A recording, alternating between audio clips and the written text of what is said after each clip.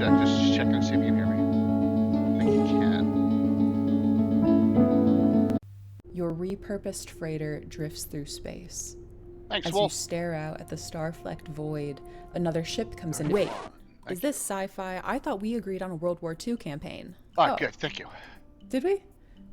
That's cool. I can pivot.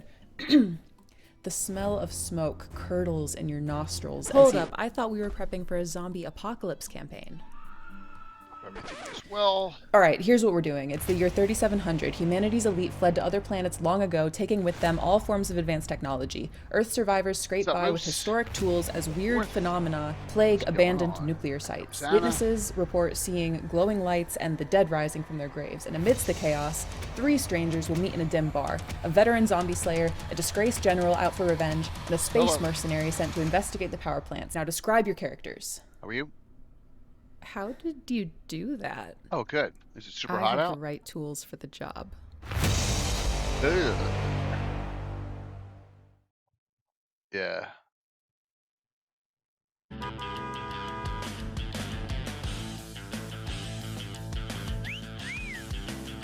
Right.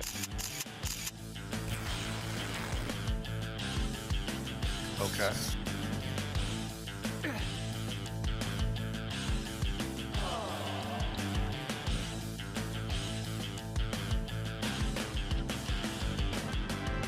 I got it. Cool.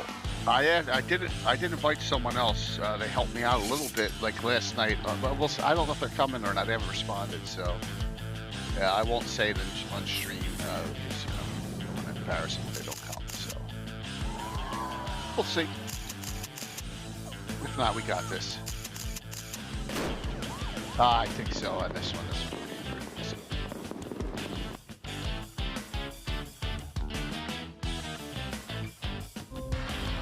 A story once spoken is ageless. The dungeon imagined without end. The curious are the ones most courageous. The tree that endures has to bend. From stillness the mad mage is stirring. From countless voices the castle takes shape. Zagig will test the enduring. Those unlucky will never escape.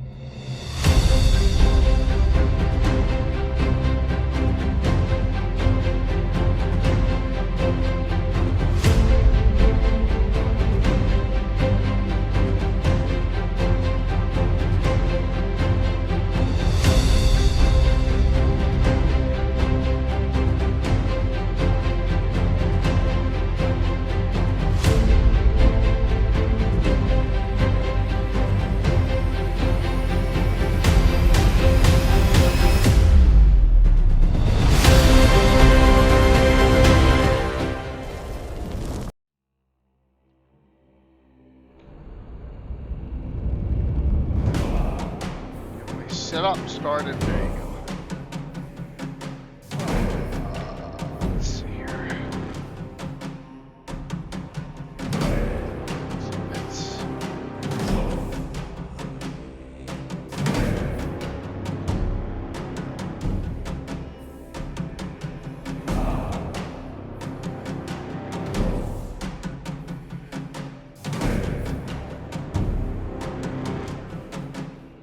Gotcha.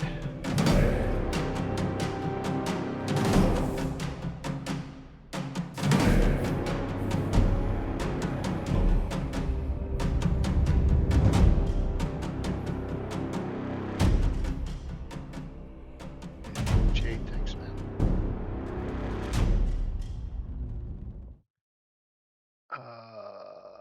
POV, I had 30 minutes before my campaign group showed up, and I was totally unprepared. I grabbed my ready set encounter box and boom, everything I needed for an epic session. Adventure hooks, map tiles, loot tables, stat blocks, and miniatures, all ready to go. My players still think I spent hours planning our Great Dragon encounter. If you're a busy dungeon master, get Ready Set Encounter live now on Kickstarter. POV, I had 30 minutes before my campaign group showed up, and I was totally unprepared. I grabbed my Ready Set Encounter box and boom, everything I needed for an epic session. Adventure hooks, map tiles, loot tables, stat blocks, and miniatures, all ready to go. My players still think I spent hours planning our great dragon encounter. If you're a busy dungeon master, get Ready Set Encounter live now on Kickstarter.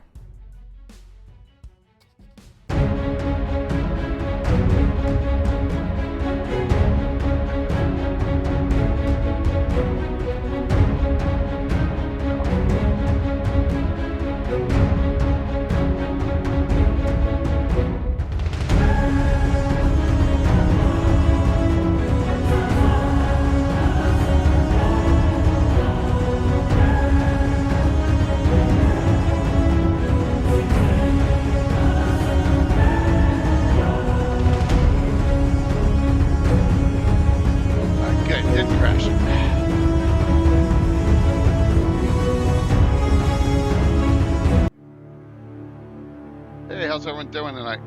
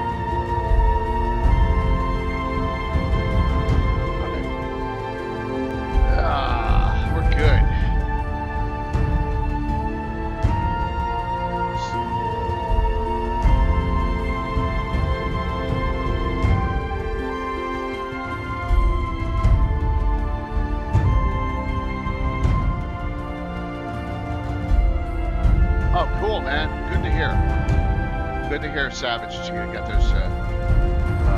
You got those. There's a lot of really good stuff. Hey, Bella, what's going on? Still getting overwhelmed with work? Hey, Solid, what's up? Solid, you should get your Call the Rainbow Mage edition link from Michael Z anytime.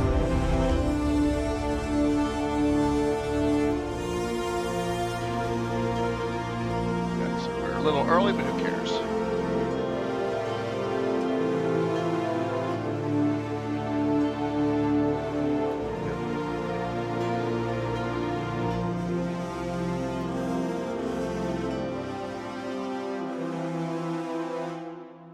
All right.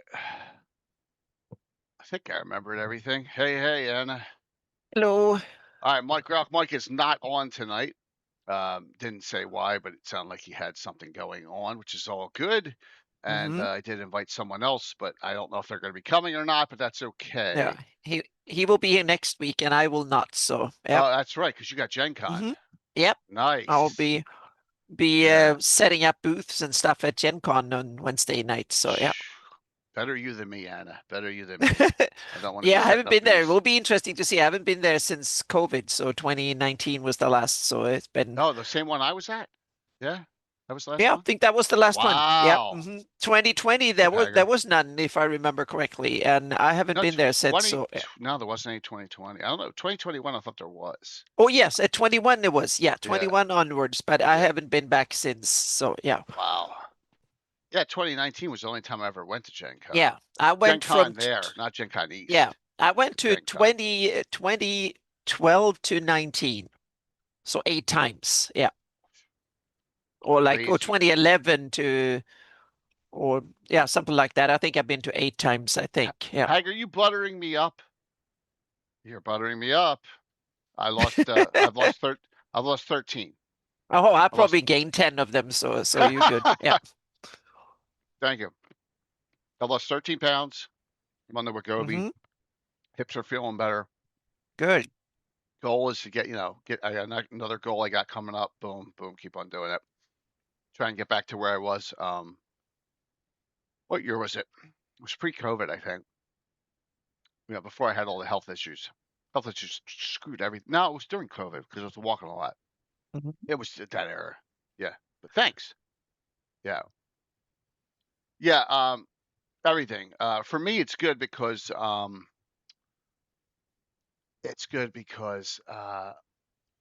that and working out together combined are working. I'm just going a little at a time, So a pound here, a pound there, it's working out. So yeah, uh, trying, trying. All right. So this is Mike had this idea a while back in the list, and then I went on last night and I was in Discord a little bit, and some of the Discord guys gave me ideas. And there's a book. Well, first things first. There's a book I never even knew existed that I'm Mhm. shocked. But just tell me what's going on the rest of the week. So we'll do this real quick. Tomorrow night we have Armed and Dangerous is back, right? That's that one, I think. That's Armed and Dangerous. They're back. Shadows of Terror, and then Saturday a new group with a brand new player, Aaron My Laundry's first time for them, and that new group has 6 brand new characters plus a new NPC in it. So great bunch of players. Looking forward to it. And that's number 1200, Anna. It just randomly fell on 1200. So Mhm. 1/5 of the way to 2000. Yes. Yeah, it's going to be a while. So yeah, 1/5 of that way to the next milestone of two. Yeah, I don't even know. Don't even know if I'm going to get there. Well, we'll get there one day, maybe. All right. So Scaly and Slimy folk. Yeah. Yeah. Got some books, got the standard books. Guess we'll talk about some relating to Greyhawk, some that are not a Greyhawk original, but could be. And this, which I'll bring up, and this by Ed Eric Boyd, and someone named Darren Drader. And I had never even known this book existed except for last night. I think it was Norker and Sam told me. And that is this book. I never knew it existed. Serpent Oh, Serpent Kingdoms. Kingdoms. Yeah. Yeah, never knew. And it's an Ed Well, Greenwood it's not book. Greyhawk, so we should know about it. Yeah. Well, it's got some really good It's stuff in Forgotten it. Realms. Yeah. It is Mhm. Forgotten Realms, but it has a lot of races that we deal with in here, plus some other stuff, which is cool. So if we're talking about ideas for to run along, Kern, you got it. Great book. Okay. Yeah, it's super expensive as far as trying to get a hard copy on it. It's like $60 right now. So, but I got a PDF of it. So yeah, but yeah. Random question: y'all ever play Harn? Nope, I've never played Harn. I found a book I at a used. played 3-4 times, I think, or Yeah, something. Yeah, 4 or 5 times, something like that. yeah. Harn's old, man, but that's cool. Oh yeah, Yeah, I played it back in the 80s. smart that you picked it up. Very smart that you picked up that book. I mean, especially if it was a used bookstore, get some of the classics. You ever see what's the one? The Pedal of the Throne. There's a lot of these old ones, don't all the old merps, get them. Mm-hmm. Middle Earth role playing books are awesome. Classic D&D reprints tonight. Let me pull down in the pile here. I thought I had one here. This book is relevant to tonight. So whoops. This will be the main one for here. Shit. I just had a calamity. Ha! Anna, talk a little bit. I got to take my headset off. Uh-oh. They all fell. One sec. You leaving me with all the Scaly and Slimy. Yeah. Mm-hmm. Yep. So yeah, I've started to go through the 3rd edition manual, monster manuals. There's like 5 of them, I think. Yeah, 6 of them, and Fiend Folio. So because I knew that Jay would probably leave them out, so to speak. So here we go. Okay. Aquatic Scaly, yeah, definitely. I think the aquatic is especially the slimy part is a lot of aquatics. Meaning we need to mention those aboleths. They are so cool. Yeah, and it's often I don't know how much the connection to Greyhawk aboleths have, but aboleths are one of these cool D&D original monsters. I think they're original D&D monsters. Well, that was a disaster.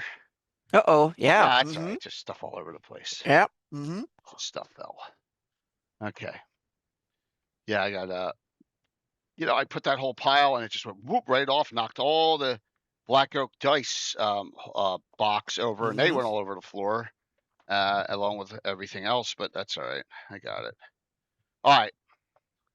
There's a lot of other stuff here. If you already have Scarlet Brotherhood, like horror, Tomb of Horror, Shokanth, a lot of them, I'll put them right on that chair. That way we're good.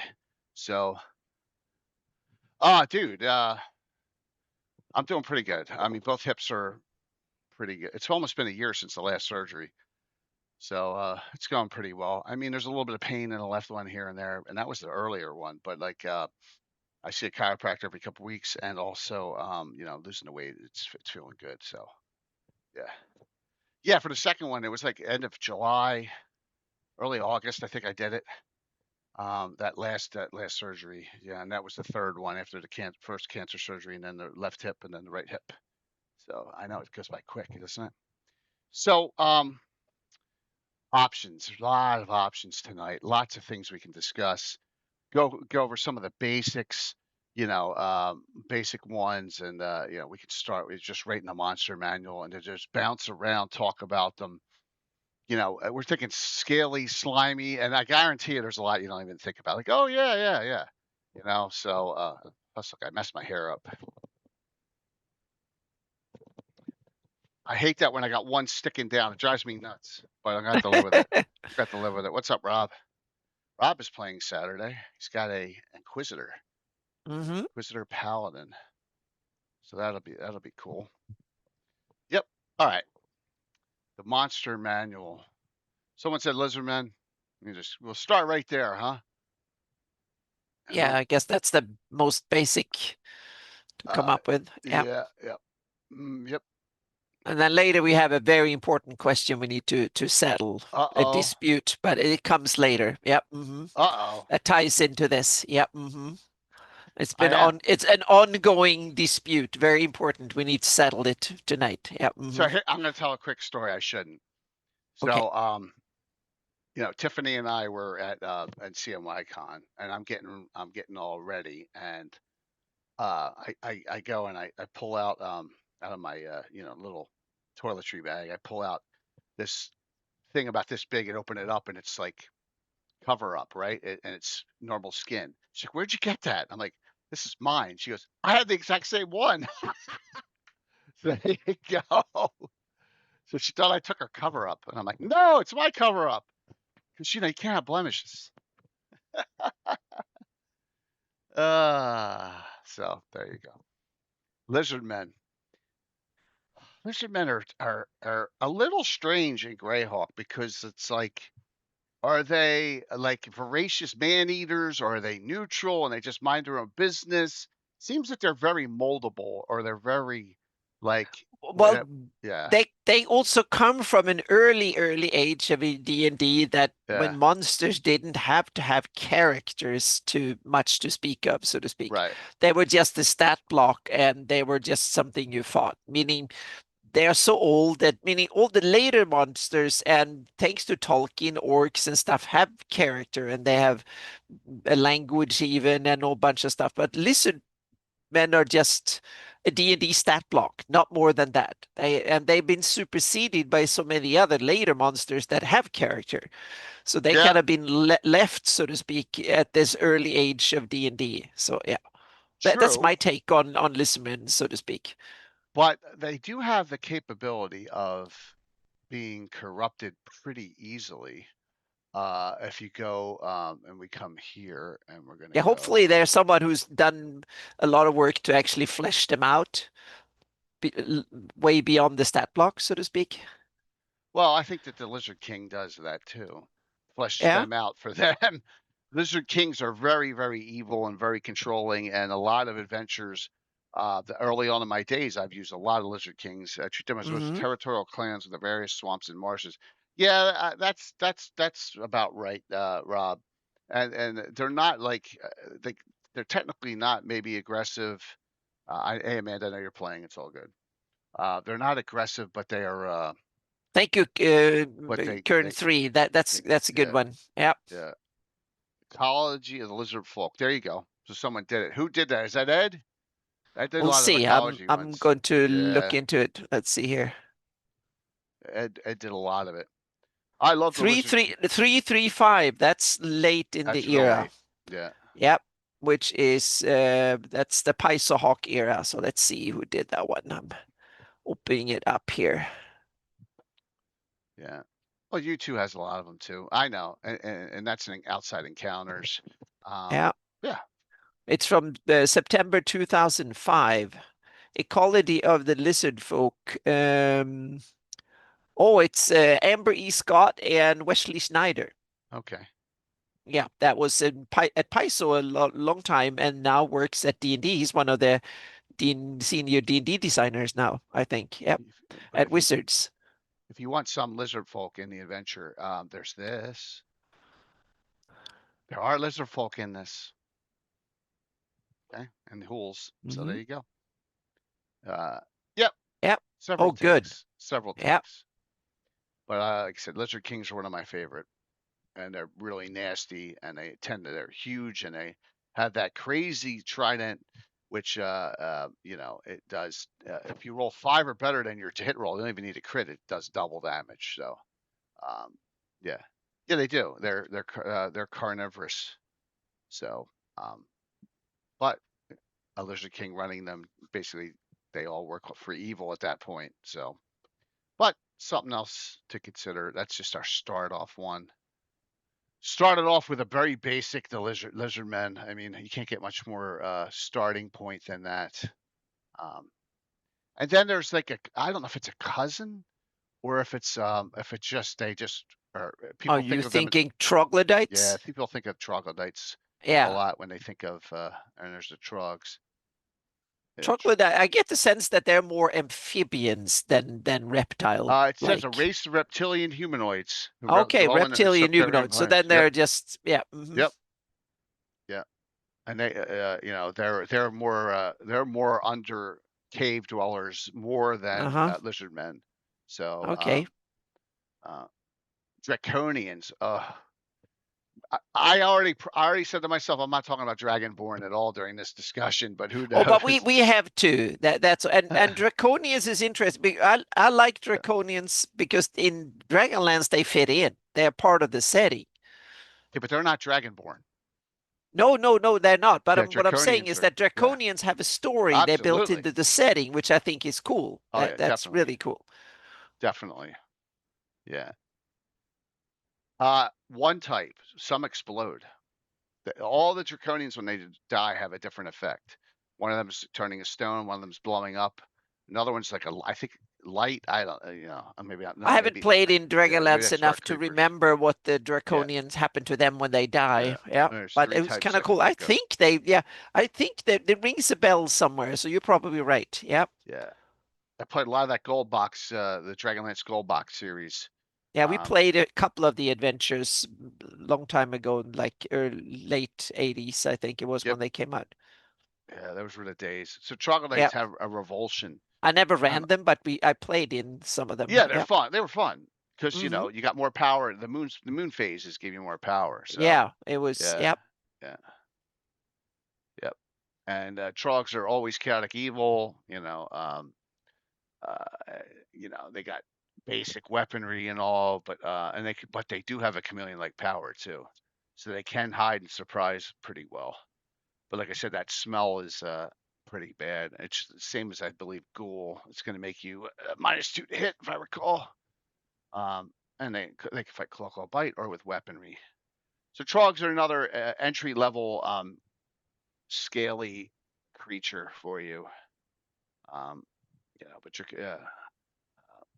I use them a little bit here and there. What's up, Phantom? I use them. Lizardmen and them are about the same power level, just a little different on abilities. That's all. Actually, trogs have a little more special abilities than standard lizardmen do. But there you go. That's two. That's two of the standards. Yeah, I think. Let me see. Is the one you gave me a hybrid of those two? Yes. All right. This is Forgotten Realms. And Sam gave this to me. Found it. These things are called Tren. I have never heard of them. Anna, have you ever heard of them? No, but now I remember I've seen the pictures. I have that monster compendium Yeah. add-on, put it in somewhere, but it was Forgotten Realms add-on, so that's why I never used it, I think. But this is a hybrid of troglodytes and lizardmen. It makes perfect sense. So I Okay, don't there see you go. why. This is another one. I don't see why it couldn't be in Greyhawk. Why it couldn't be used. Okay, So yeah. yeah, and they're higher hit Yeah. die. And they're Yeah. but it says here they're a crossbreed of troglodytes with the largest, strongest, vilest members of the lizardman race. So, and they're 220 pounds. That's pretty big. So, yeah, and they have a little more organization, and somehow they're higher intelligence. You breed two dumb creatures, you get a higher intelligence. Well, nature works that way. If you mix things together, it's like when you breed pure something, you lose intelligence. So that kind of makes sense. That follows real world things. Yeah. Well, inbred, then you lose intelligence. So yeah. and other stuff, you become worse off as a creature usually. Yeah. So they're on the same power level as a bugbear, 3+3 hit die. Exactly, less inbreeding. Less inbreeding. Yeah, I guess so. It works opposite what people always try to convince the masses that pure blood was something to strive for, but in nature is actually the opposite. Okay.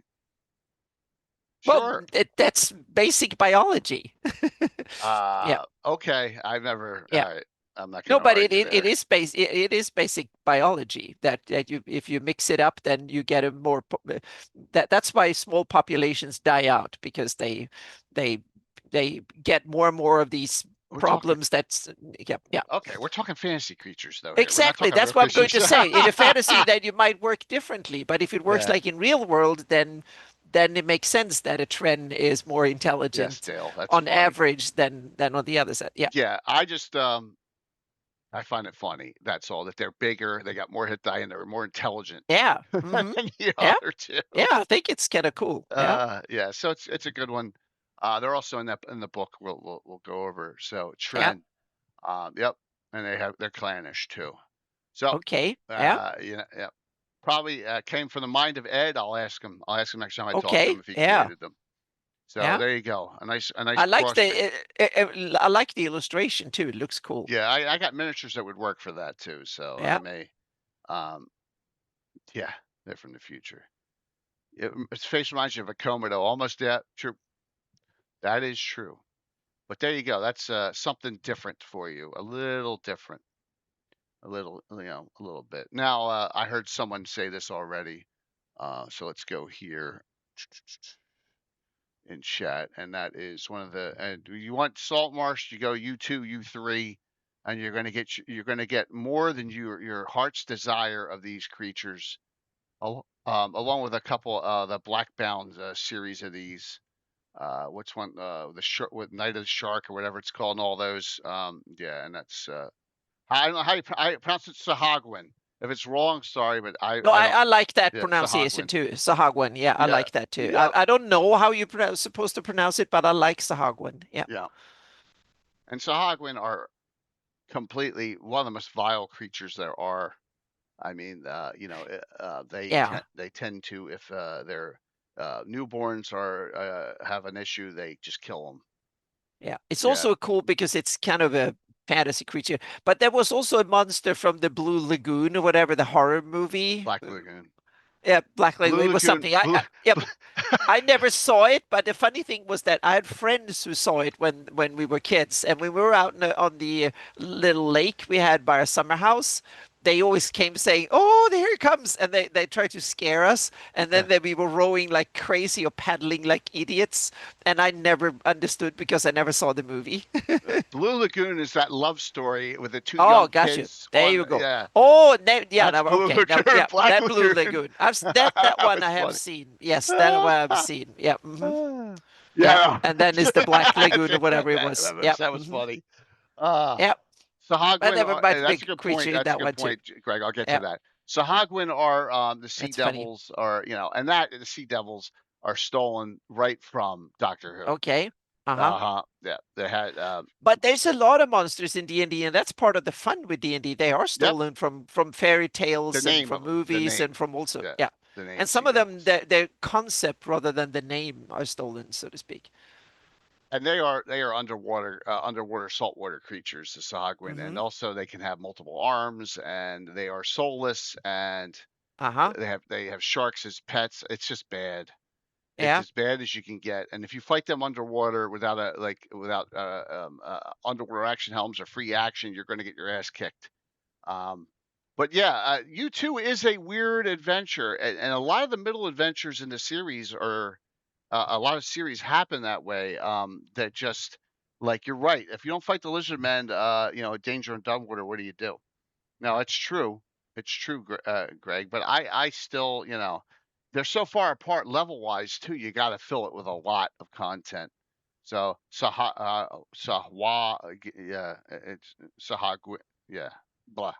I'll just pronounce it my way. I've been doing it for 50 years that way. Yeah, Sahagwin. Yeah. Yeah, Bone, insert a blue Black Lagoon crossover in your campaign. I don't think that would go over too well on Twitch. But then again, I've had a lot go, but being pushed lately on my shows. Yeah, there's a Yulong carp. There's a carp dragon in that adventure too. Yeah, yes, there is. So they're nasty, and that leads to.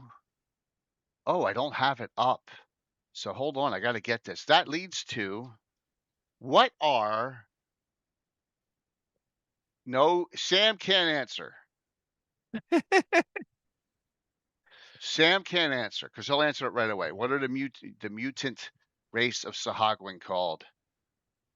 That they hunt. Don't know. They hunt them. Sahagwin hunt them. Unfair.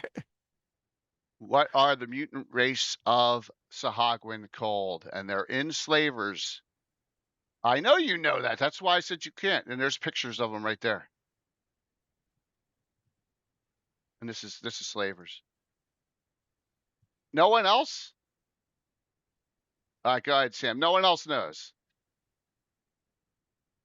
They first, yeah, Sam.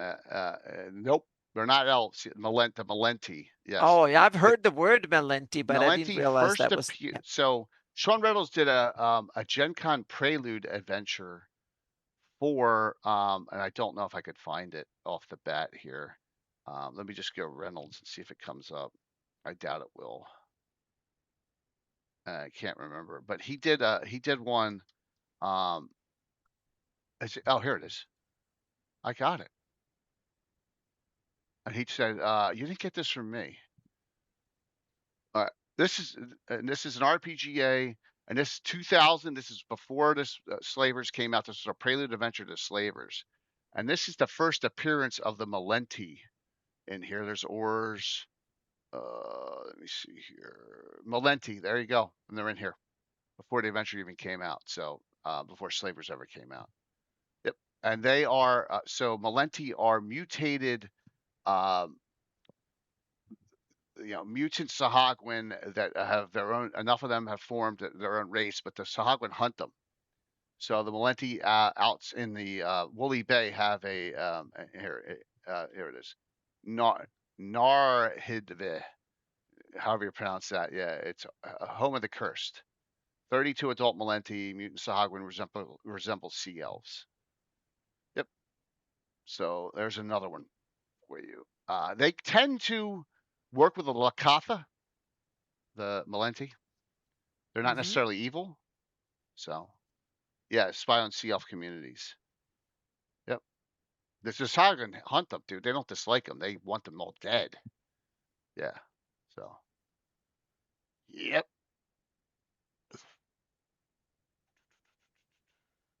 Yeah. So they also worship Zerbo instead of Sikola. The Sahagwin worship Sikola, and the Malenti worship Zerbo. So, and there you go. Very cool. Check some other lore, but this is Slavers by Sean Reynolds. What trumps this? Not the new canon. I had to say that. Yeah, they can be as equal as Sahagwin, but that doesn't mean that the Sahagwin don't want to kill them.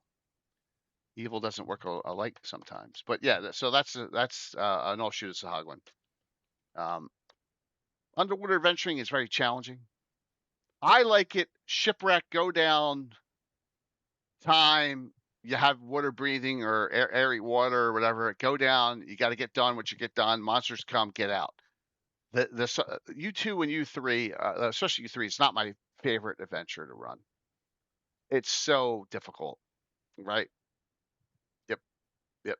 I know Sea Devils and all that stuff, but once again, the Sea Devils is not Greyhawk. This Slavers is Greyhawk, so as Anna would say, it trumps it. It's just like all the stuff in the Forgotten Realms book. Yeah. All right. So the eyes and ears of them are particularly keen. It gives you another one. With that, while we're here, we can go here. So these are weird. I just said Lakatha here. Here, we'll go to Lakatha real quick.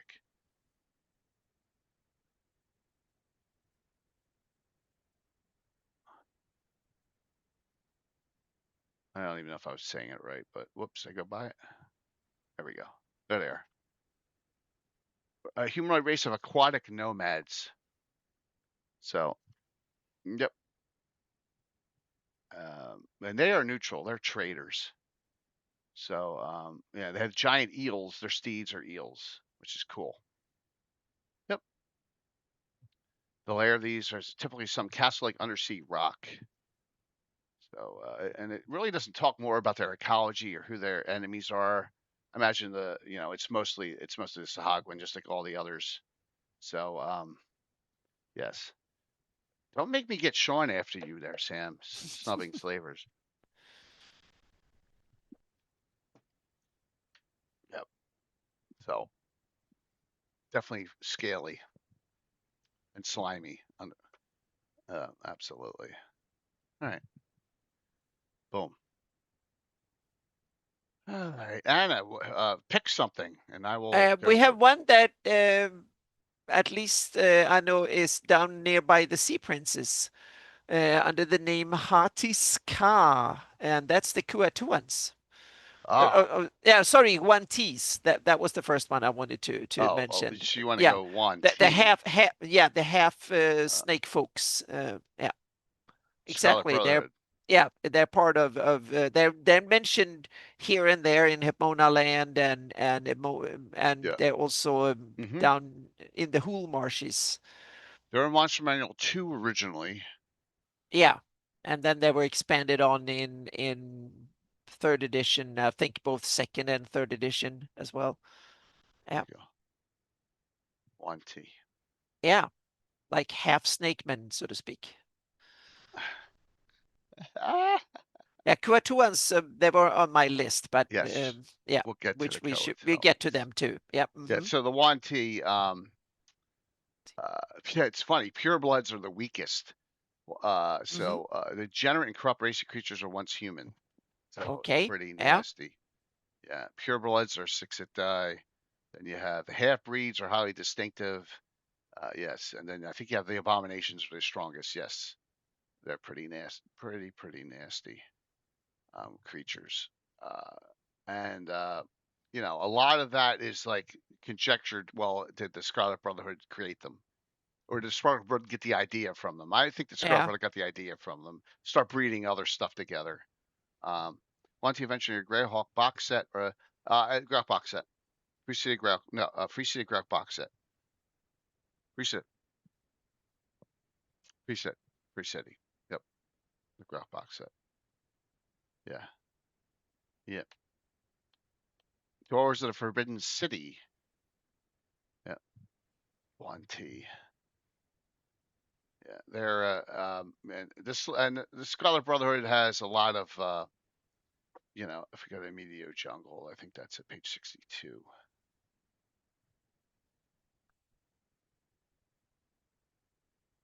Is that where Beastman and Medi? Oh, that's races. Ullman. Maybe not. I'll have to search through where the Wanti are in here, but the Wanti are throughout this book. Yeah. Yeah, there is a lot of development of Yuan Ti. You know, I use them infrequently, but that's okay. You know, they're pretty cool. They do have an innate magic resistance too, which is neat. Yeah, it's it's Hepmonaland. It's not a Medio. I thought it was a Medio. Let me just go to the beginning of that, page 36.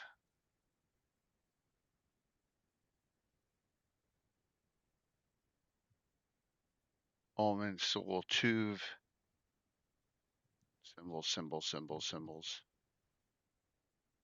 There's a lot of other stuff in here. It's a lot of stuff to go through. It's a great book. You really need to, you know, take it in for all the stuff in here, because you know some of it's not politically correct anymore. But yeah, here we go. There's some of the crazy stuff. Just pretty gross. Yeah, half-breeds, abominations. Yeah, just nuts. But I think it's cool that ties into a theme, and I love it when you take a theme and then run with it. Yeah. Especially if the theme is that Thanks kind of fantasy-esque and fits the general area description and stuff. It's good world building that ties into monsters and stuff. Yeah, it's definitely a place you don't want to go on vacation. Nope. But those are usually the place you want to go on when you adventure. Yeah. When you play D&D, you want to go there. Pretty sick stuff, though. Yeah, some great artwork there. Just wrapped in snakes and all. Yeah, really disgusting. So, who are crosses between regular humans and purebloods? Yeah. Nice. All right. So Yuan Ti and they can be other areas too. Like I said, there's the one Greyhawk adventure. I forget where it is in the Greyhawk box set. I don't think it may be down. It may be down in the tropics. I don't remember because remember there's adventures all over the place. But yeah, it's Slave Vats of the Yuan Ti, I believe is the name of the title. See now, Sam, you're going to get me. See, you're going to get me all off on a tangent here. But I think that's what it's called. I think. Let me find it. Am I correct here? Okay. Yeah. Ecology of the Dragon 151. Okay. That is not the.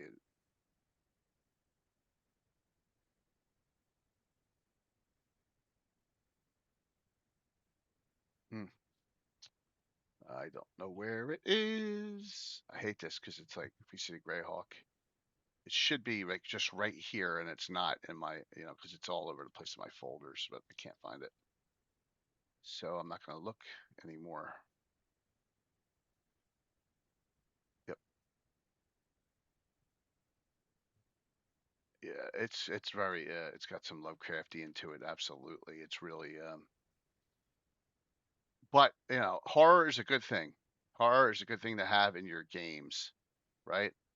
You get a feel for dread and stuff, and like, oh God, I don't want to be turned into that, or that's from the Ashes Slavers. Nope, thought I had it right there. One more try. Nope. All right. I got it. Yay! I think it's Slave Vats of the Yuan Ti. Now it's gonna drive me crazy here. I don't think these things are in alphabetical order either. Hopping Prophet. Dead. Oh, they are. So if we go down, S.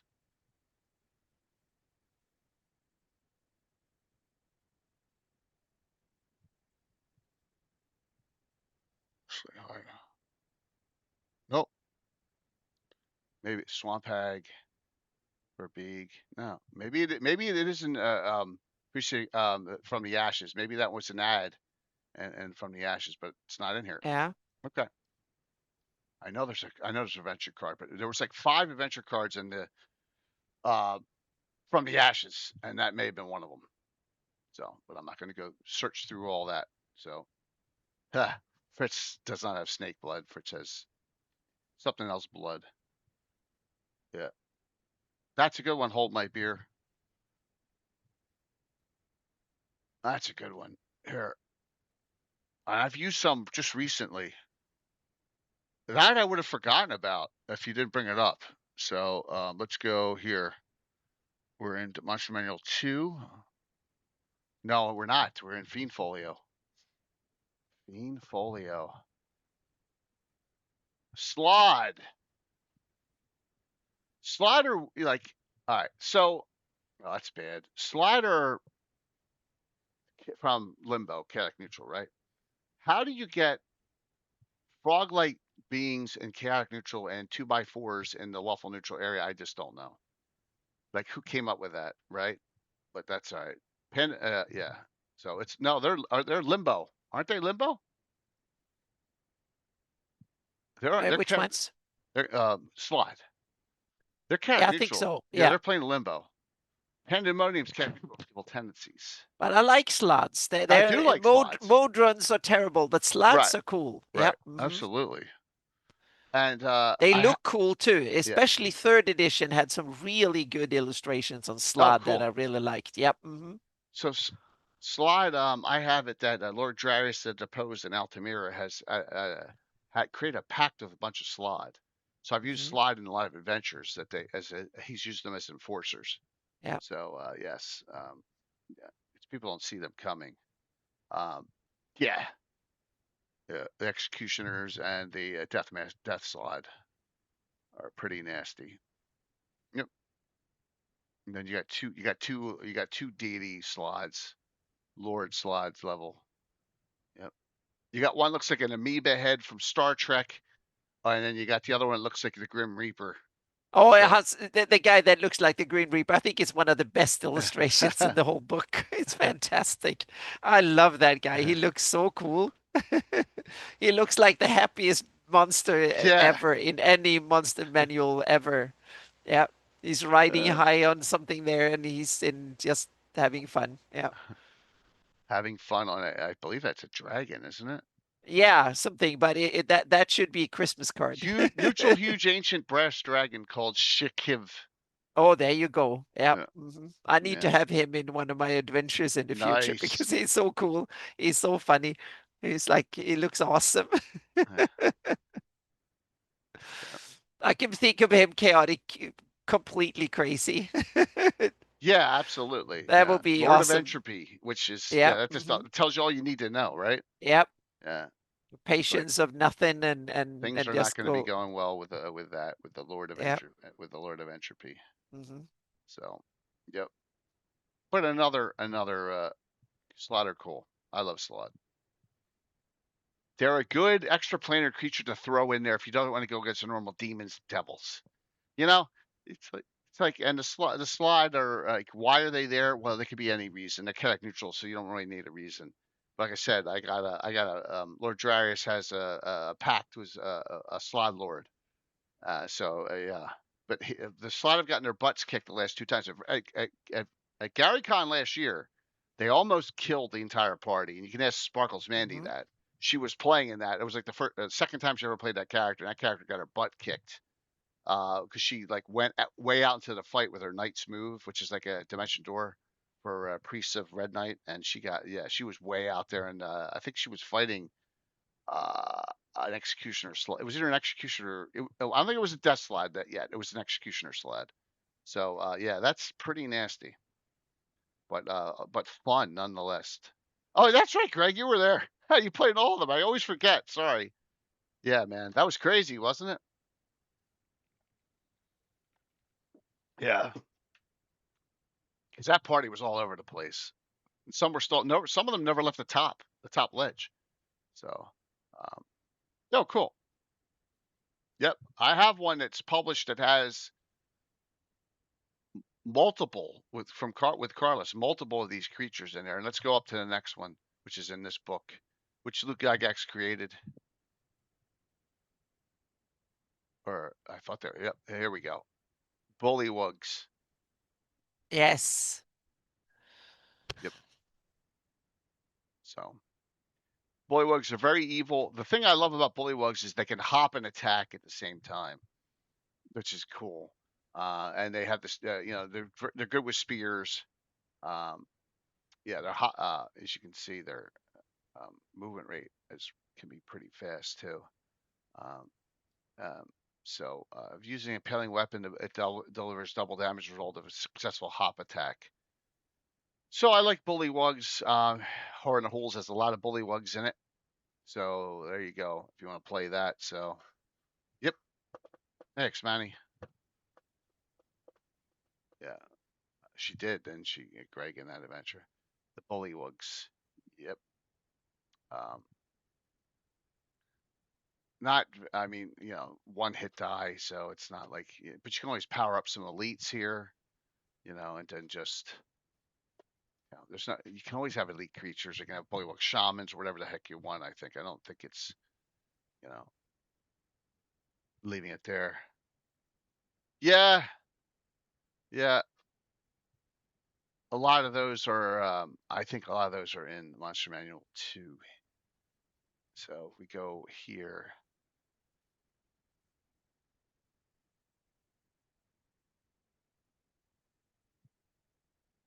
Well, let's just stop here. How can we not talk? I just went right by it. Froghemus. Well, that's as slimy as you get.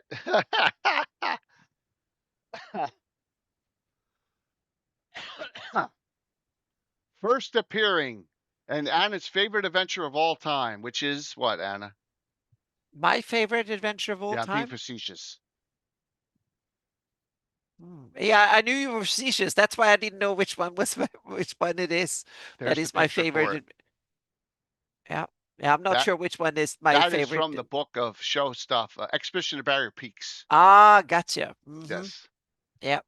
There you go. The Froghemoth. Yep. Cool, Scala. Yep. Well, we hear a lot about Andrew Scott Perry's alternate world version of it, and he insists that Gary Gygax told him that is a piece. The Barrier Peaks ship is a piece of the Starship Warden.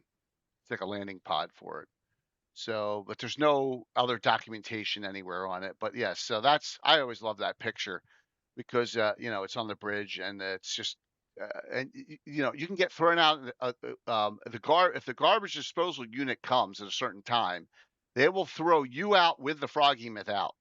I don't know how they don't get attacked by it, but yeah, that's part of the fun on it. But these things are so. You want to scare small creatures like gnomes and halflings and even dwarves. This thing could swallow them whole with no problem. With the tongue and stuff, and the length of the tongue. I had that miniature. You guys have all seen the miniature. I used it a lot. I used it 2 Gary Cons ago, in multiple adventures. I had it. It was I've always had if a Froghemoth is around, another creature in my game, that's they worship this creature as a god. So we'll talk about them shortly. But yeah, but the frog, they are crazy. It's just a hit dice. It can go higher than even 16, and the bite damage like 5 to 50. Yeah, it's disgusting. It's funny though. It's a funny creature. So whoever came up with this, I'm assuming it's Gary Gygax, because it was in Barrier Peaks. It's just they outdid themselves on this one. It's hideous looking too, right? Absolutely hideous looking. And it's dumb. It's animal intelligence. So it's just a big monster. So yeah. Yeah, I know Gary hates that one too, man. Yeah. So there you go. Froghemoth. And we're going Gripply and Grung, which should be in here too.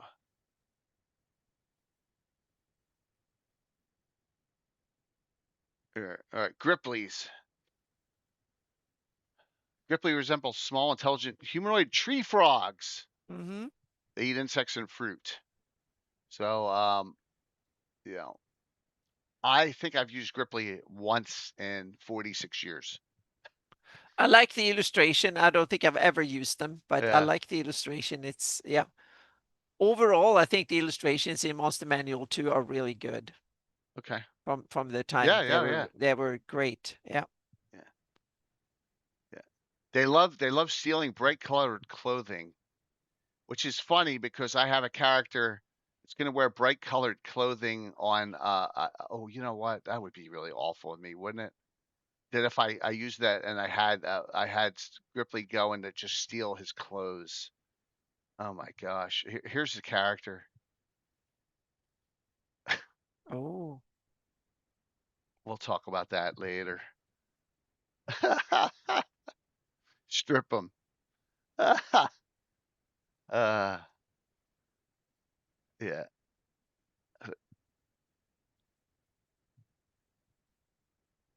Okay.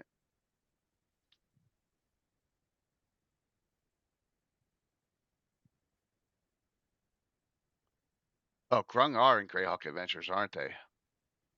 I don't have that up yet. Thank you.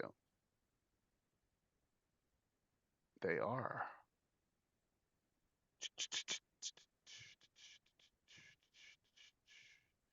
Grung.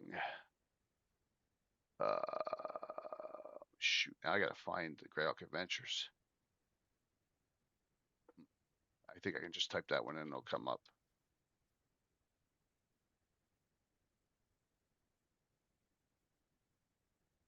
Maybe not, because it's probably not. Oh, jeez.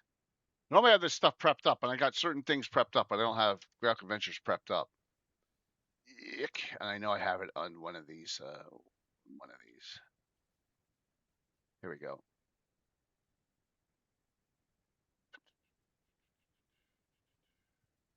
I gotta find it. Not there. Don't you hate that? I don't know much about the Grung. Actually, I've never used. I don't think I've ever used Grung before, but they are a Greyhawk creature.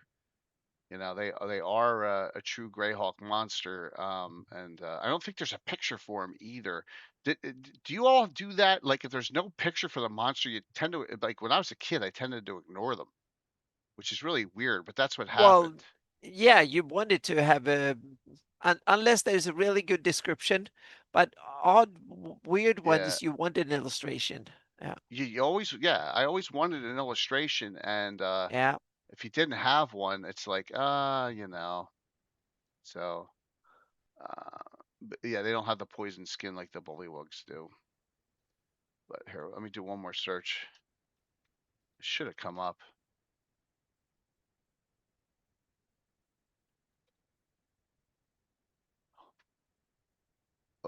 Great. Jeez. There's Greyhawk Adventures. So there's all the, because I typed them up. It's got to be under something different. All right. I just got to manually go find it. Yeah. I normally have Greyhawk Adventures right at my tip of my tongue, but I don't see it. So they're a type of they're small bullywugs. Are they really bullywugs? Are they actually a bullywug subrace? Sam, I did not know that. Shit. I'm just shooting it. All right, let me go to first edition and I'll find it there in my subfolder. They have pictures for them in Wiki. Huh.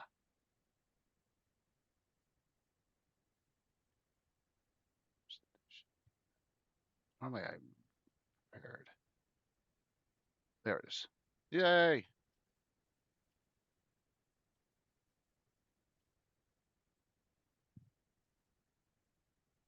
Grung.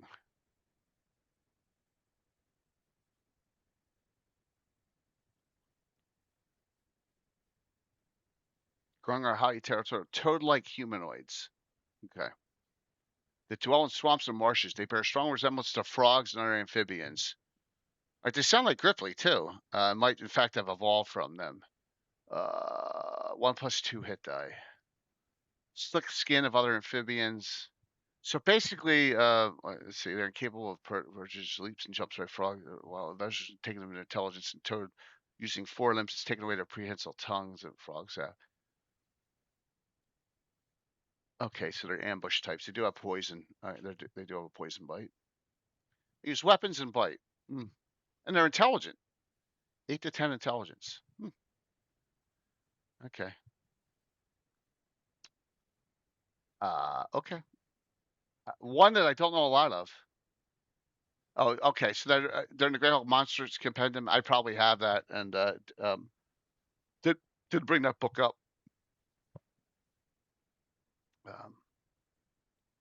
Yeah. I wonder if I have a subfolder from Monstrous Compendiums. I may have made that because I was like, oh, where am I going to put all these files? But no. No compendium subfolder. Maybe it's under second edition. AD&D 2E. All right, here we go. Yep, here we go. So what's it? Monstrous Compendium Greyhawk? All right, got it.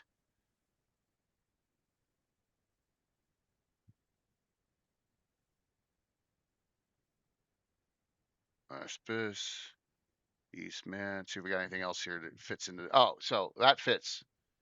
We'll work our way down to it. The Bone Snapper. That's a yes. So it is like a little miniature dinosaur, right?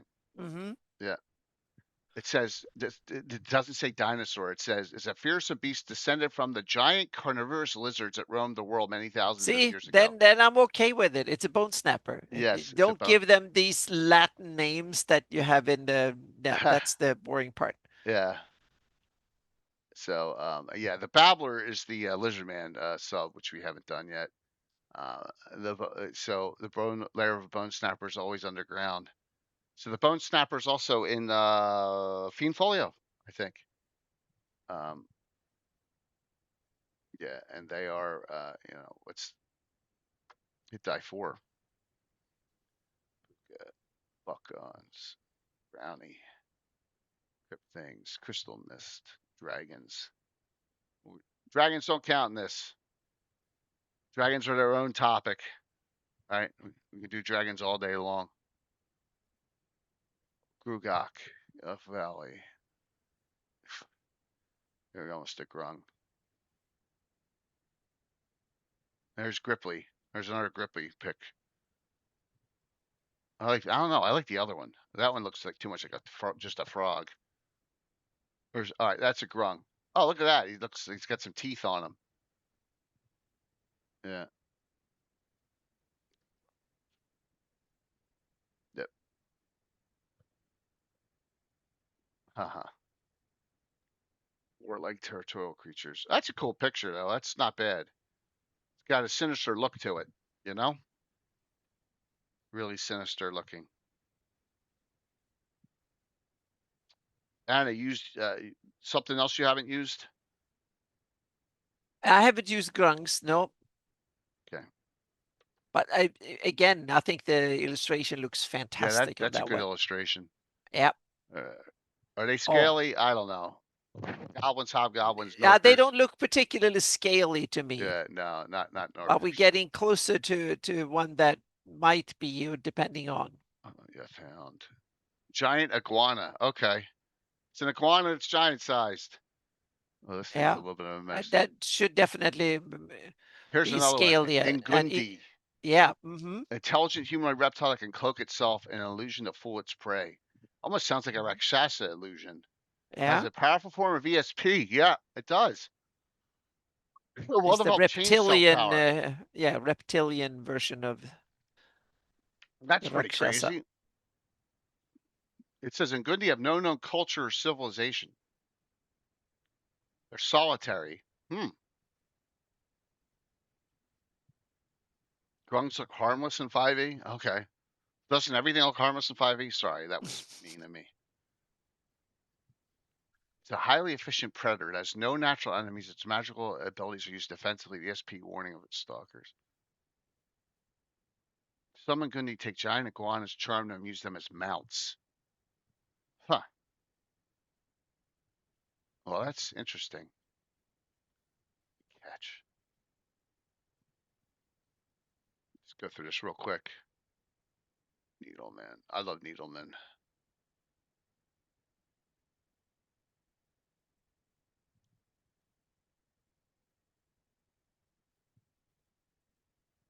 Snails are slimy, but I don't think they qualify.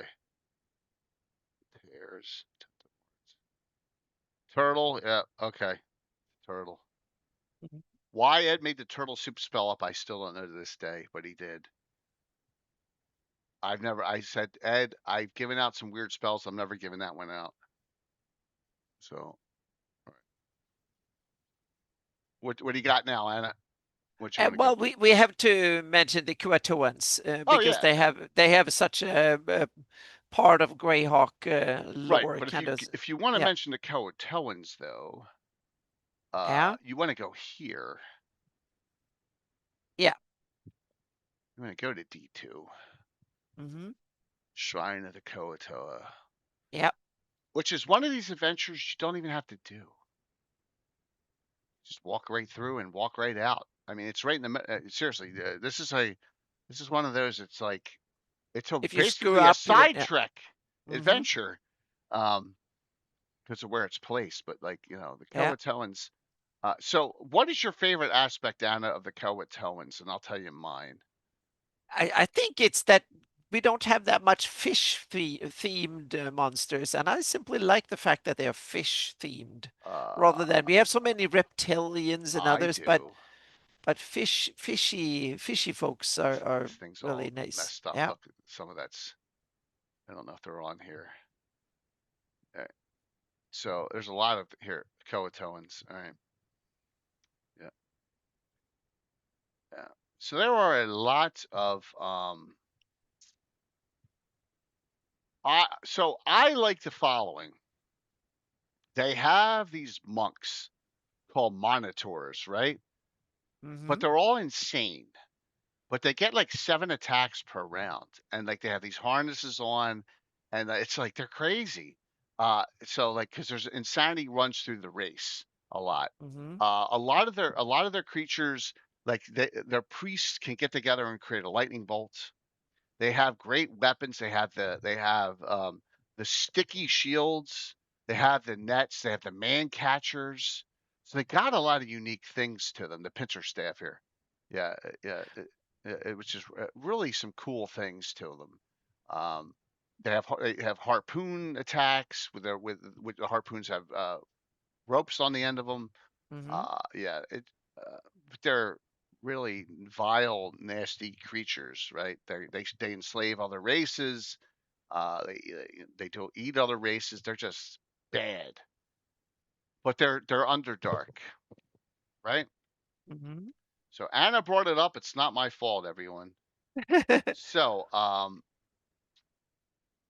because the Croatoans cannot, right, Anna, in my game, they cannot really raid the surface world, especially in the daylight. What have they done in my game? They bred another race.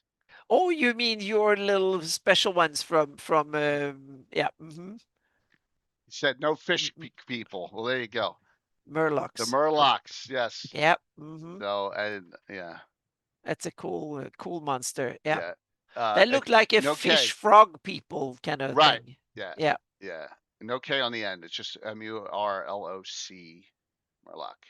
Yeah. And they are they're fun. They're fun. And I always got a kick out of them. I was like, this is great monster from World of Warcraft. And I was like, I have to use it in Greyhawk. We got all the actual miniatures now, so it's just to throw in some mess. Yeah, we just talked about the Gripply. Yeah, but there. So that's what they did. So they bred them, and now they're kind of out of control. They kind of breed like mosquitoes and other things. They breed real fast. So there's and they're a lot, and they also they're fresh and saltwater dwelling Murlocs. Are both. So yeah. Whereas Croatoans are freshwater dwelling only. They're not ocean creatures like Sahagwin are. So yeah, but that is the Croatoan, and obviously Gary Gygax created the Croatoans, no doubt in my mind. Is there a Sam or anyone? Is there a literature based for the Croatoans, or that you know of, where they No, write not out that. of? I think they're out of Gary's mind or something like that. They're Right. early on, so to speak. I think they're D&D native monsters, so to Deep speak. ones. What are deep ones? Deep ones, yeah. Yeah. There's another one related or close relative of the Kuatoan that I'm not sure if it. The first time I saw it was in 3rd edition D&D, and that's the Lokatha. Yeah, we talked They're about like Lakatha. fish. Oh, Lakatha. Okay. Lakatha, Yep. yeah. We talked about, but they're ones. ocean dwellers. Yeah. They're ocean, yeah, and Yep. they're traders, and they Yeah. ride the Yeah. That eels. one. Yeah, Yep. Good. Yep. and Then this the one. yeah, Yep. they do get along with a lot of the other races out in Yep. the oceans. Yeah, they seem to be Yeah, smarter than the Kuatoans right, to and some degree. yes, they're very monetarily bound. Yep. So let's see here. All right, we got something we're really missing. Here's here's a great few one. more here. Yep. Here's a great one. And if you've run N1, you know what I'm talking about.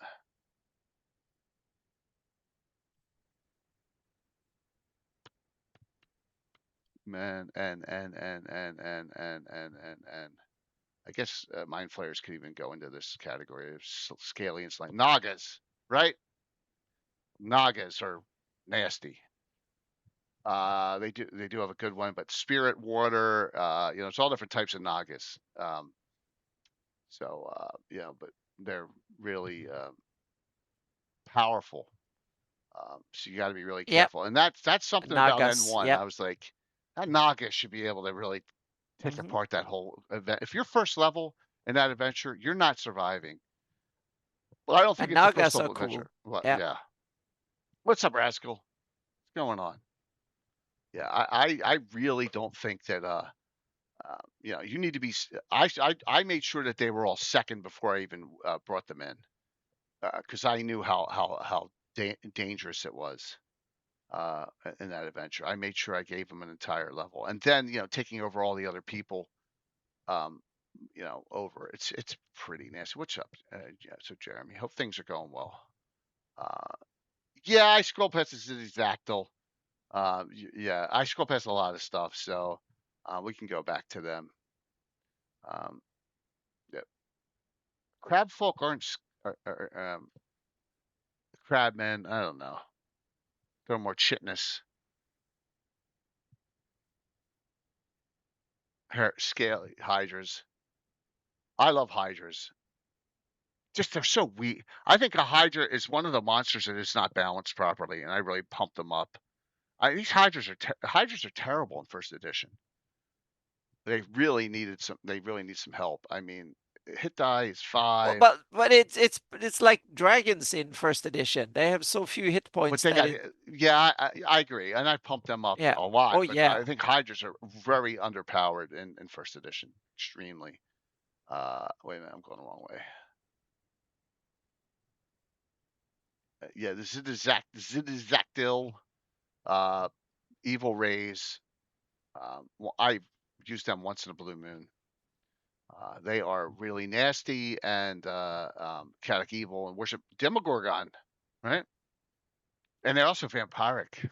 Some of them, they're vampires. So crazy.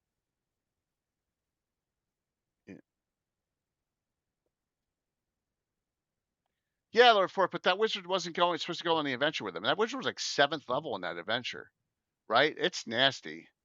And there's a lot of troglodytes in that adventure too.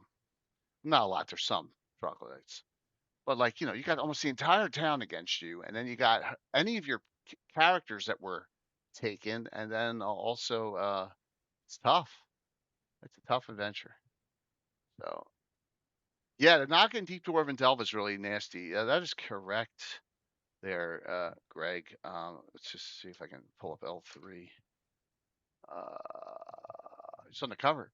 There you go. Yep. Yeah, and you can see it's really good artwork on that one. The adventure that Len hated the rewrite on it. So much so he went berserk. Yeah.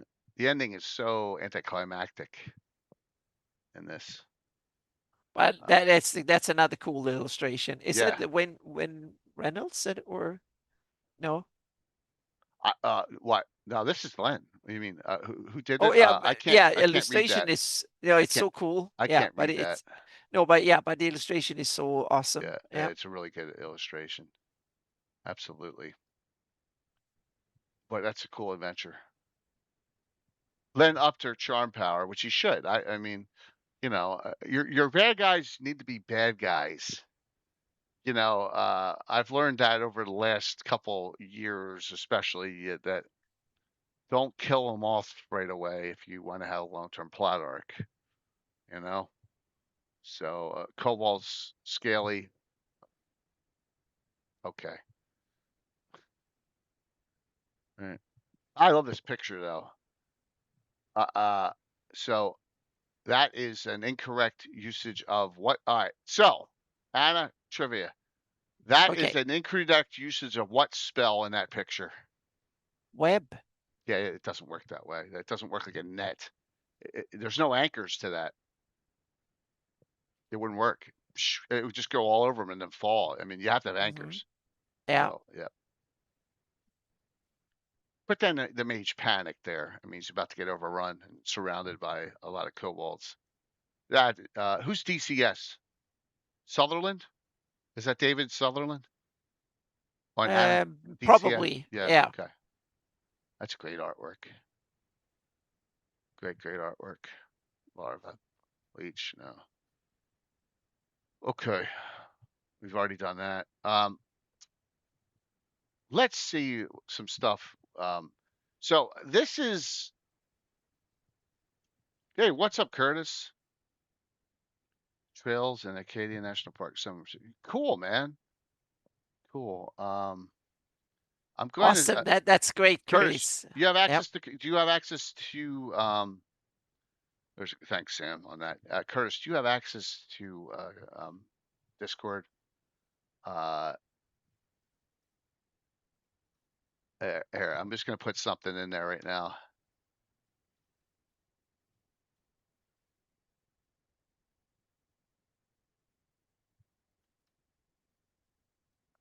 All right, you'll get it. Yeah, just remember you can lurk on that one too if you. Yeah, so. I've never been there, but that's awesome. Let's go to this. Let's see what. All right. I want to go through this book a little bit here because I've never actually looked through it that much, and just to see what stuff. Oh no, we got to do the SIP first.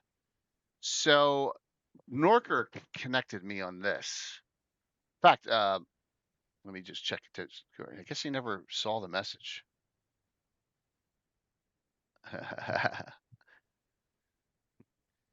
Let me find them. The sieves. Sieves are frog-like humanoid creatures that lived in marshes and swamps. They scheme from the depths of their bogs, working in clandestine brotherhoods to rule swamps from the shadows. And it says, like the bullywugs, sieves were amphibious humanoids with frog heads and webbed digits. They're 5 feet, though. They're way bigger than bullywugs and weigh 100 pounds. Yeah. So this is an FR creature.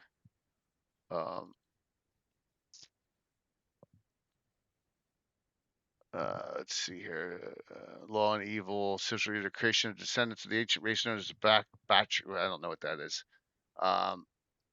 So this is another option as far as a bullywug goes. If you want a more advanced, more dangerous, bigger bullywug, then you have these sieves, which I never heard of.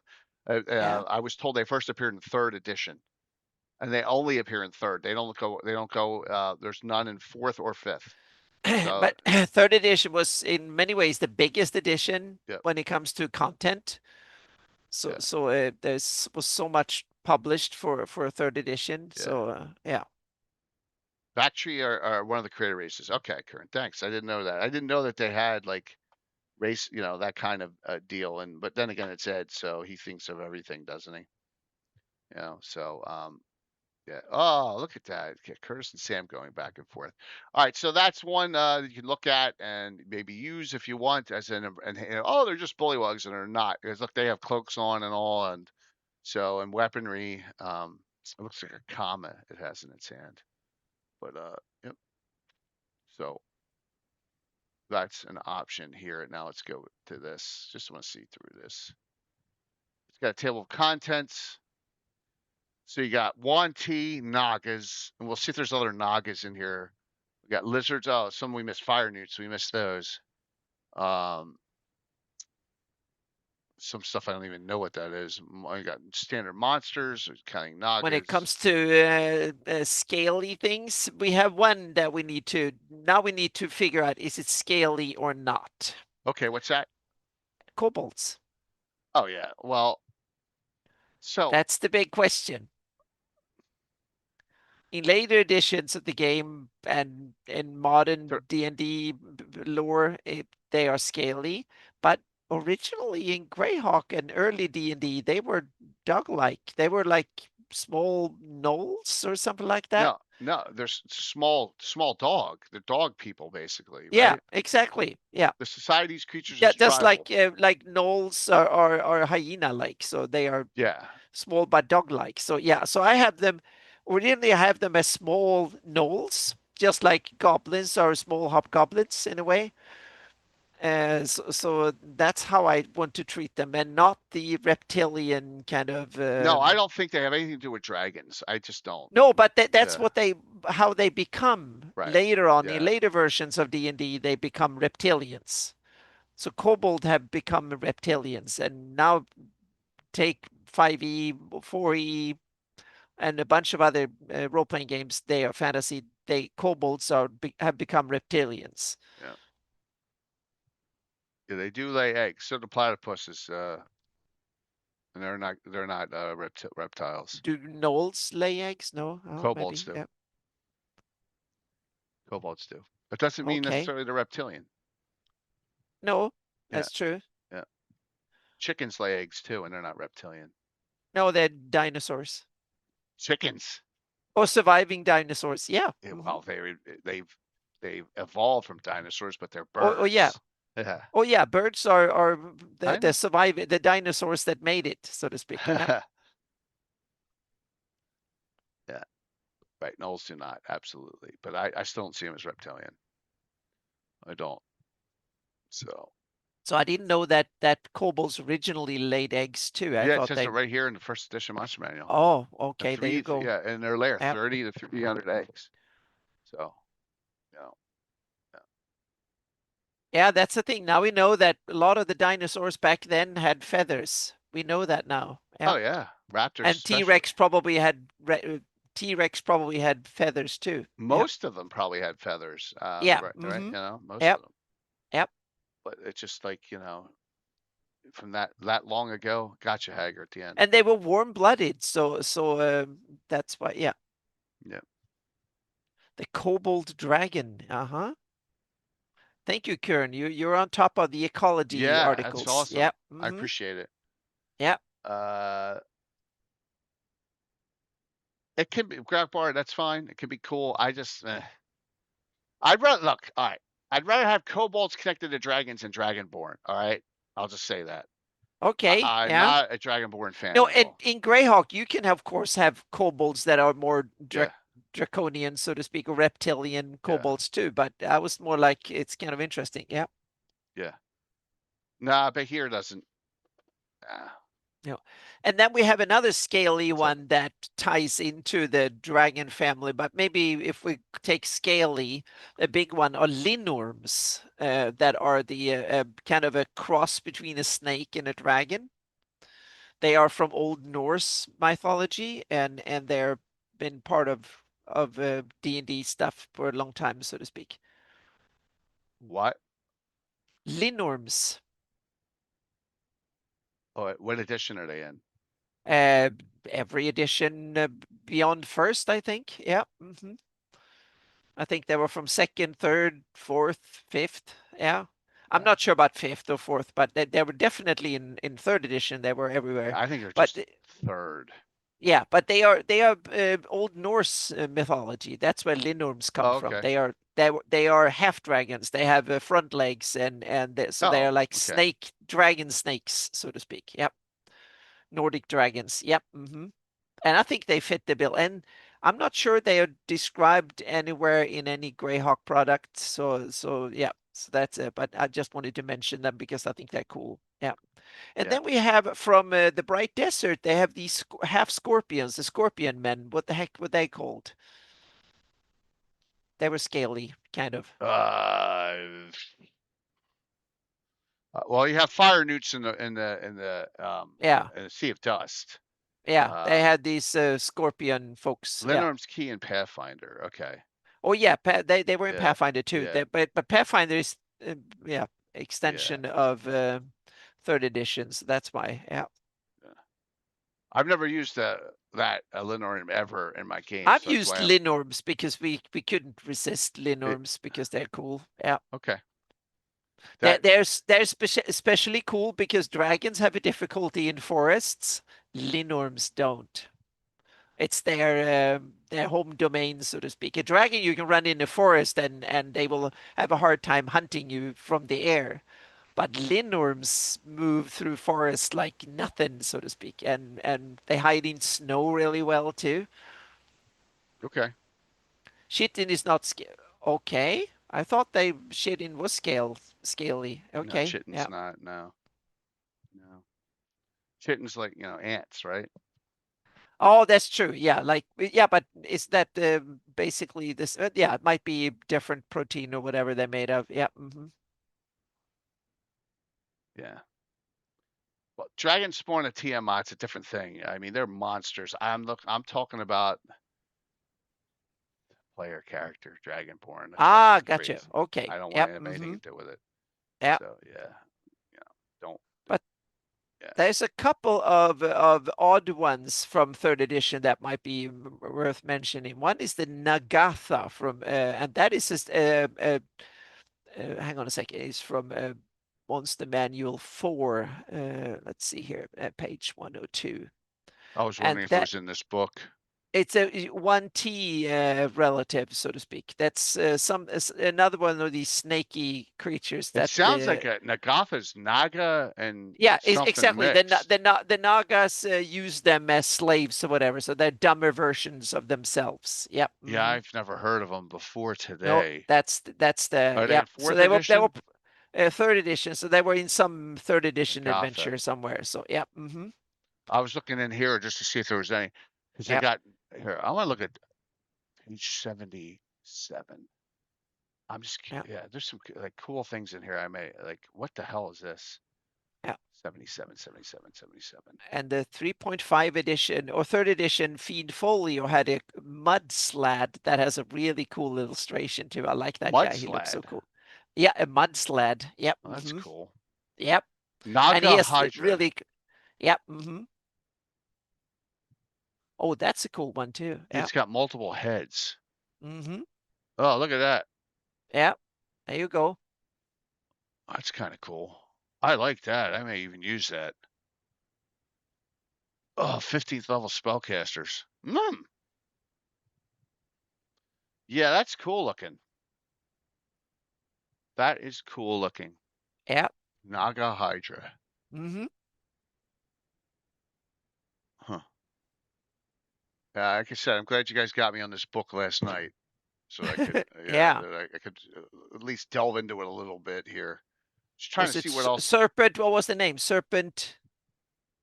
What's that? What was the name of this book? Serpent. It's here. Serpent Kingdoms. Serpent Kingdom. Thank you. Yeah. Written by Ed and Eric Boyd. See, a perfect combination. Can't be bad with those authors. That's why I like it. Just because I know what I'm going to get. But like, they got a whole different thing on Naga Society, and then they got. Let's see here. I'm just looking for something. The trend are in here, which we already discussed. There's stuff in here. I have no idea what it is. So let's go to monsters here. What the hell's a death coil? I don't know what that is either. Let's see. Death coils. That's an Amphisbaena. I've used Amphisbaenas. I have a miniature for it. Yeah, I've used the Amphisbaena's sake where there's no end on it. And all I heard from the players was, where's it crap. That's all they cared about. Mm-hmm. It couldn't, I was like, I don't know, or nor do I care. So, yeah. Uh-oh. Wait a minute. What did you send me? Oh, geez, dude. Ah, that's funny. You could have sent me something.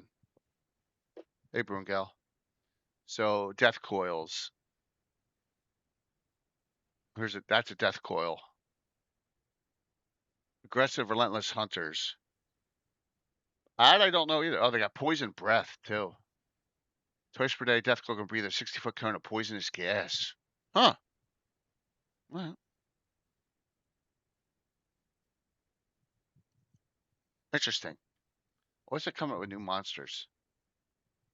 Yeah, you've sabotaged my thought process, Curtis. Kudos on that. Good job. Good job.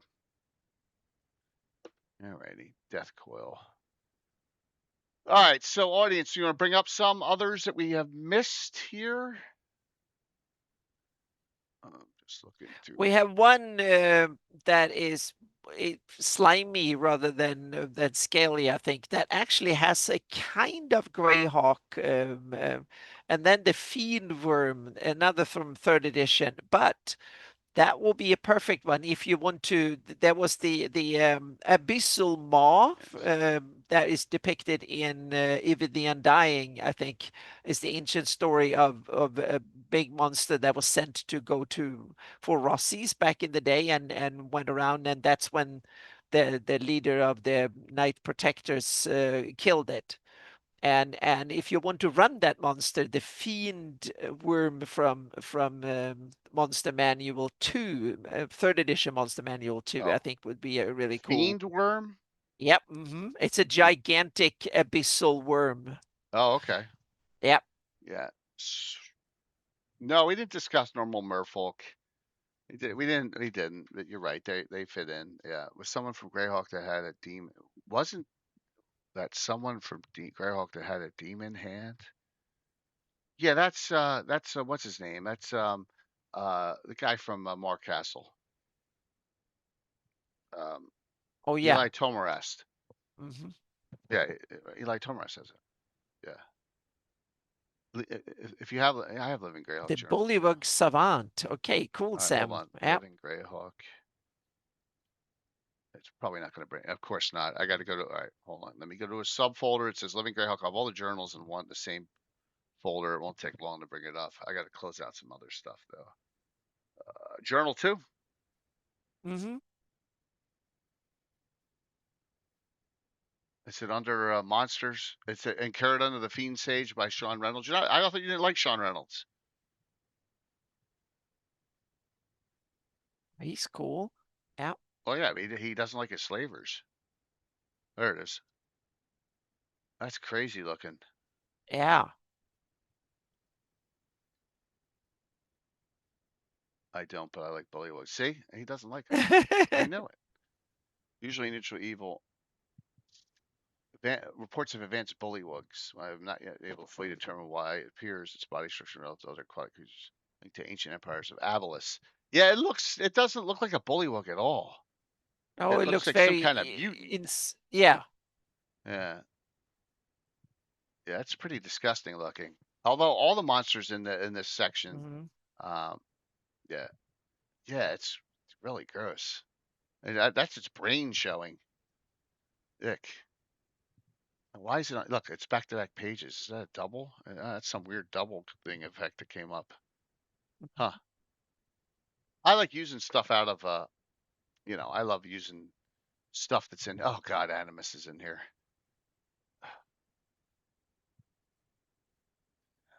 Too much Animus. All right, so that's a good one, Sam. Thanks for that connection on that. Bullywug Savant. Yeah. Pretty gross. Yeah. That is pretty gross. Let me close that. Let me close this. I'm just closing some stuff out now. We'll leave that up just in case. Slide. We did the slide. Oh, you know what? We never did Babblers. Oh, babblers. Yeah, yeah. That's good. You have to have babblers. Yeah, Yeah. babblers are actually, there you go. I love babblers. They are I don't think I've ever used them, but yeah. I've used them. Mutant lizardmen, because they can go like in muck and swamp on their stomach and go in and slither in and actually get backstabs. Oh yeah. Yeah. So they're on its stomach, but merely the battler must stand erect, in which its movement range is to 6. But yeah, it's difficult to detect, and the attacks are it can strike from behind like it's a 4th level thief. +4 to hit. Yeah, I love the picture of the battler eating the guy too here. But they are it's just such weird mutations of lizard men. So bone snapper and babblers aren't related, even though they look like they should be, but they're not. The bone snapper is basically a mini dragon. I'm sorry, mini dinosaur, and the babbler is a mutant lizard man. So yeah, yep, yeah. I know we could. I did one on a Gavin plagues. I did one game show, and if you recall, I had William Henry Dweck and two ladies who no longer in the channel anymore, and all they did was complain it was too hard. The questions were Well, too hard. we did for the when we have our fundraiser, we usually the image we put together, that becomes like a little quiz. It is a quiz, but it's not. No, that's more like show. Guess what monsters. So yeah. Yeah. Yeah. So I did that, and I think I have the cards around somewhere. Here's another one. Here's another slimy, scaly Blindheim. There you go. This is one of the weirdest ones of all. It's a frog-like humanoid which has headlights as eyes. If it's weird and you say it's weird and it's fiend folio, then it's really, really weird. Yeah, it's really weird. So someone said, I'm gonna put my fog lights from my truck on a frog. Yeah. And put it in the monster book. Yeah. Yeah. Do they work with bullywugs though? Yeah. I guess they do. Or they can in your world, so yeah. Yeah, Blindheim's a German beer. It sounds like it. I drank when I was younger. Yeah. Yeah. And there's the bone snapper. We already did the bone snappers. The bullywug, we did that. Okay.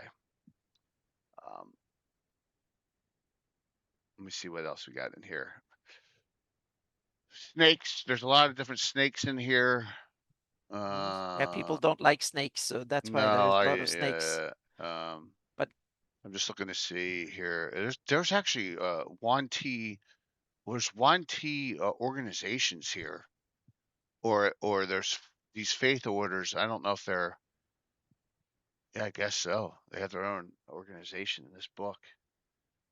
What is the Sarukh? Anyone know? Sarukh? I'm just curious. Page 54. Let's take a look. I don't know what they are. Sarukh. This book is Serpent Kingdoms by Ed, and it's 3rd edition from Ed and Eric Boyd. Yeah, just a new book I've never seen before until yesterday. So it's a variant lizard man. Okay. No.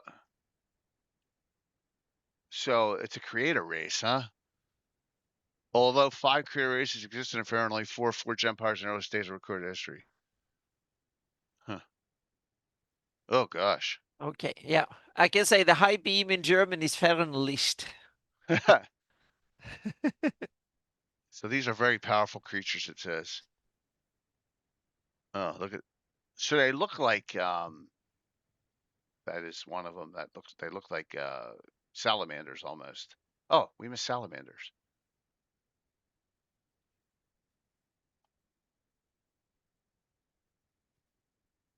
Even though they're from the elemental plane We haven't of fire. mentioned Ophidians. No, yeah, I gotta find. They're Monster Manual too. We can go there too. Yeah. So Quasit's another one. Quasit's very scaly. Yeah, but they are demons or like they're little demons. Yeah. Yeah, they're scaly demons, but yeah. That's a. Oh, remoras, yeah. That's on the border. Yeah, I was going to say that they're kind of. Doc. Yeah. Yeah. So. Remoras, polar worms. Yeah, they're. I mean, it's if you go in that middle area of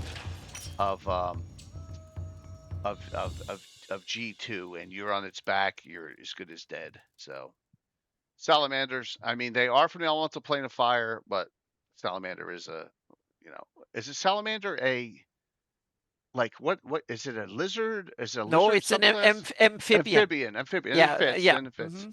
Yeah, so and I think the reason they are being connected to fire is that some salamanders or amphibians have a poisonous skin. Right, so they have so an when orange, bright orange poisonous, exactly, yeah. so orange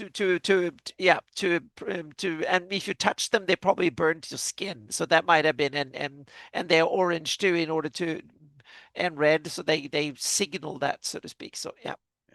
Salamanders are cool. I mean, they radiate a huge amount of heat. So, and you need magic weapons to hit them because they're from the elemental planes. So, always a nasty thing to put up your party against are those. All right, so Ophidians are Monster Manual 2, if I recall. The only thing that, which ones am I thinking of that look like a mix of like 8 different creatures? Oh God, I got to get by that before my eyes pop out of my head. The Modrons. Oh, there's Muck Dwellers. It's Monster Manual 2 for Muck Dweller. Muck Dweller is a bipedal amphibian monster that in swamps, marshes, or still mud-bottomed waters. Really small hit die, half a hit die. Muck Dwellers have been known to associate with lizard men on rare occasions. So, and they're evil. They're evil little creatures. Oh God. Weird feet are partially webbed. I don't know if I've ever used a Muck Dweller in my life.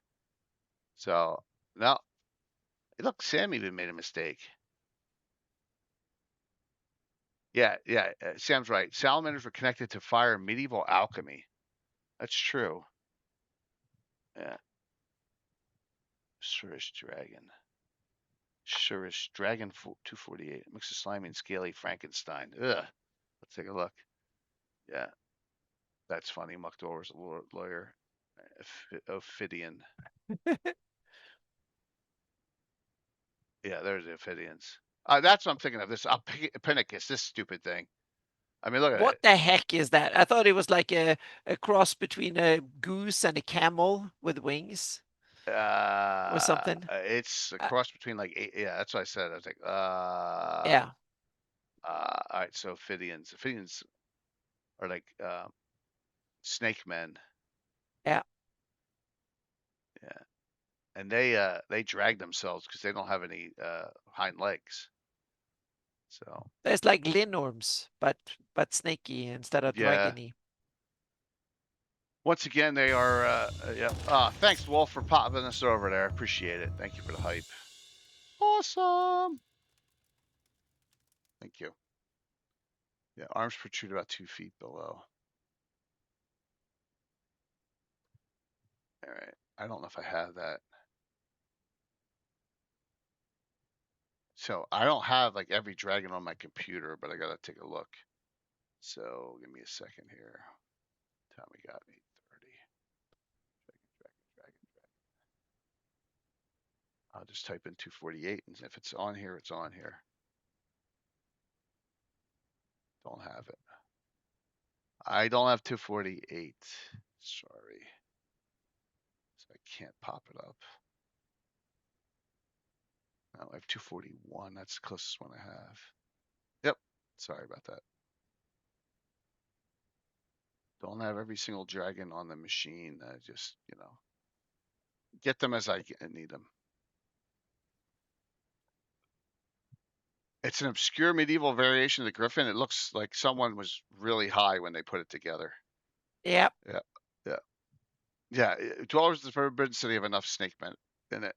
Yeah. Ophidians at the temple. Oh, okay. That's interesting. And 1. I think we got through a lot of different ones. Mm-hmm. Let's look in here.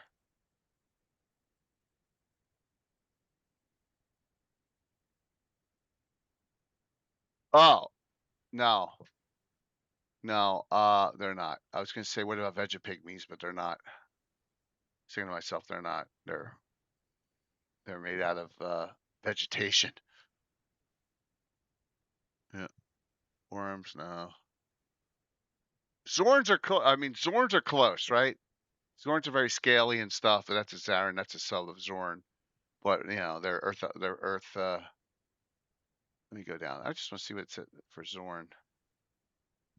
Zorn are just weird. Yeah, they are weird. They're those typical just D&D weird. Yeah, they're scaly though. I mean, scaly. They look more like a chimney. Yeah. On the early illustration, the later ones look a little bit better, but yeah. So there you go. They go under. They got the 3 arms and the 3 eyes. On all 3 sides, and the mouth at the top. That's like, yeah. And they can go right through earth and stuff, just like it's not even there. They're not harmed by fire or cold. And, lightning does half, so it's an interesting creature. Yeah. And then wyverns are scaly, right? There you go. Flying with a dragon type, so Oh yeah, but then now we're into dragons, so to speak. Yeah, we don't want to go into the dragons, so yeah. Zorn are from Earth, elemental plane of Earth, but so are salamanders. Salamanders are from fire, but they're definitely fit into this. Salamanders definitely fit into the discussion because they are, the amphibian types because they're real creatures. And we talked about Nagas. I want to go to this book and just see what it's. There's a lot of stuff on Nagas in here. Let me just go and just see if there's anything cool and different. Naga 72. Let's just take a look at Nagas. Nagas are great creatures to go against. Banelar Naga.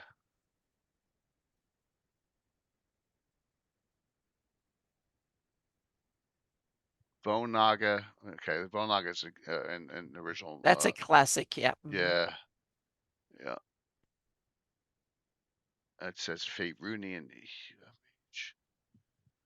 creating a Bone Naga. Yeah, that whatever that is, that's definitely Forgotten Realms for Faerunian. Iridescent Naga. So we saw that picture already. That's kind of cool looking. And they're good. They're good aligned. That's pretty cool looking. And then the Naga Hydra, which I'm gonna use that at some point. That's really nasty looking. I like that. So, it's all right, Catherine. I appreciate it, but I don't want to. I don't want to pull something out and crash stuff. It's cool. It's all good. Thanks for the hype train, everyone. I really appreciate it. Yeah, it just gotta. Yeah, I don't want to. Oops, I hit high. See, I'm hitting some of the wrong buttons here. There. Okay, boom. Learning Hydra from Greek myths, no legs. So it doesn't say that in the Monster Manual 1. All it says is that they replace his heads. It doesn't say it doesn't have legs. Right? I don't see Nagas having legs or arms. No. Hydra. Learning Hydra. Hydras, okay. Yeah, it doesn't say that in here. I'll believe you. So when we come here and it goes, Learning Hydras, it's indistinguishable from normal Hydra until it's attacked. So there you go. Right there, it's incorrect if you're saying that the Lernians don't have legs in Greek mythology. Every time one of the heads is cut off, it grows 2 new ones in its place until fire is applied to the dead member or neck stump. So there you go. Exactly, but a lot of stuff that we have dragons today were snakes back in old mythology. Right. But on the other hand, they probably didn't have a word for dragon in a lot of cultures and languages back then, so they might have called them snakes. Copru is slimy enough. It's only on the Isle of Dread. I don't know about that, if it's anywhere else. It's a good one.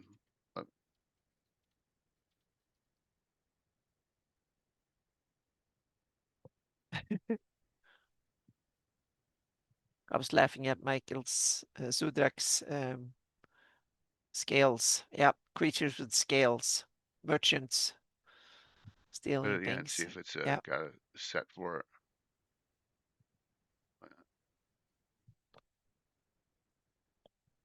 Kaparu. Race of heat-loving amphibians of great intelligence and power. Their heads are smooth and large eyes and a tentacled sphinctered mouth. Yeah, that's pretty disgusting looking. Though I do normally truly hate all men, many view humans as nothing more but brutes used to be played with and controlled. Copper will bite while coiling all three tails around a single victim. The special charm of the Copper is different from the charm person's spell. Oh. Patrick, 72 months. That's a full 6 years. Is that 6 years? Yeah. Full 6 years, Patrick. Wow. Thank you. So the Copper will know thoughts and memories of the charmed creature. Character may only be controlled by one Copper at a time. Cool. That's a good one, man. That was a good pick. Out of going really like anyone have Copper and anyone know of Copper anywhere else besides Isle of Dread? So yeah. I would have never said them in a million years. No. Cool. Just think that came out in 1981, everyone. Ecology of the Copper Dragon. Once again, I highly doubt I have that dragon on my machine. They're in Savage Tide. All right. Copper and Savage Tide, according to Kafarin. All right. That makes sense. So James Jacobs pulled them from X1 or whatever and then brought them back. So, oh, Savage Tide on the Isle of Dread. In Savage Tide. Okay. All right. So they don't leave Isle of Dread, it sounds like. Remember, that got retconned in the actually stolen and put in the Greyhawk when you think about it. Yep. Blame the netbot for that. He is the one who stole the Isle of Dread. So what? We're blaming Gary Julian? Is that what you're saying? We're going to blame Gary Julian. And he's not even here to defend himself. It's not right. Oh, man. I'm using this in the near future, this Naga Hydra. I can't wait. That's beautiful. I love it. I'm definitely using that.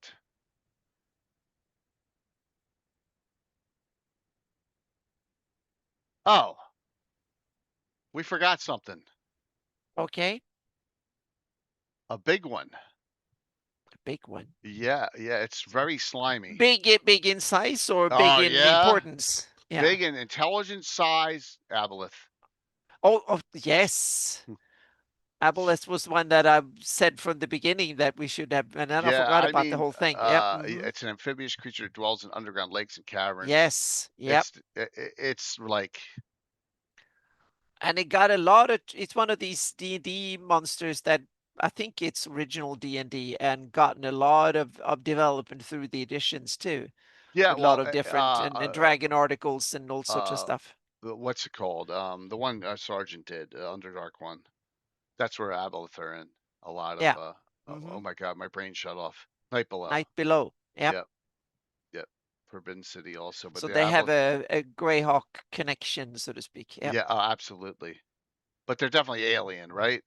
Everyone thinks that they're alien by normal standards. Right. So yeah. They could have been like ancient, millions of years in the past, and they've survived all this time.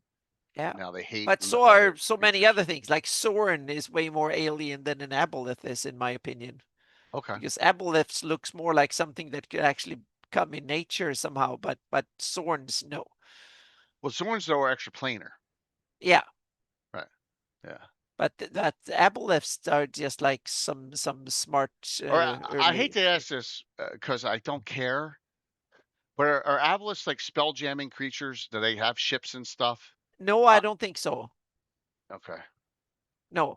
They're not planescape creatures. They're not spelljammer creatures. No, I don't think so. Yeah. Okay. Those are the one I was just curious. I don't know. They occupy people. Yeah.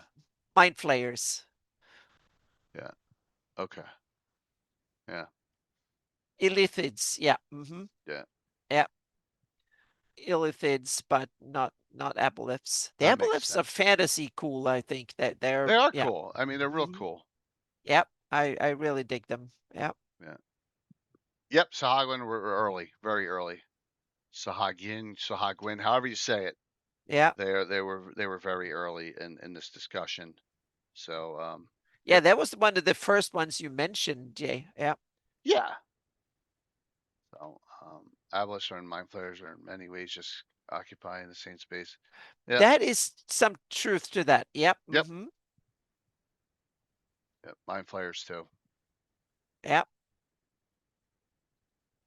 How many people, and I know the answer is going to be low. DuPont landfill. Yep. How many people have actually had a mind flayer eat someone's brain in an encounter? No, I haven't. I haven't used them since I don't know when. I ran an Underdark campaign in the early 90s, I think. Yeah. I don't We've think had I've it used happen them since. once. Yeah, maybe it happened. I forgot if that actually happened or not. But I think they killed the character, but I'm not sure if they ate the brain or not. Yeah. Well, 3 PCs about 2 years ago. A lot of people say yes. Oh my God! Look, a lot of people said it. Damn. Yeah. Yeah, because yes. Wow. If all four of their tentacle attacks hit in the same round, they take your brain out, your head. Astral plane and 3 with mind flayers. I can imagine. I can imagine that. Yeah, very nasty. We don't want sometimes it's just too nasty, right? But no, nasty's good. Nasty is real good. All right. I'm going to ask this, and because we got a few minutes. Out of all these, how many of you have any of these that are PC classes in your game? Whether it's first edition, second, third, fourth, or fifth. I'm curious. Anyone have any of them? No, I haven't used any of them. All right, I'm curious. 0 for Karen, 0 for like I said, if so, like what's his name in Rogues Gallery, if someone got reincarnated, that's a different story. We did Gripply. Use Gripply as PCs? Dragon blooded, but not dragon born, Greg. I don't know what the difference is. So they have they look human, but they have some kind of lizard man, barbarian, and 5e. Okay, and help Maryland, yeah. So that's Maryland's different story, man. So okay, yeah. I don't use lizard men as PCs, but if you have them, like I said, if you get reincarnated, it's a different story because you could be all sorts of weird things, right? All sorts of craziness. But okay, that's good. Good to know. Just a few minor dragon qualities. All right.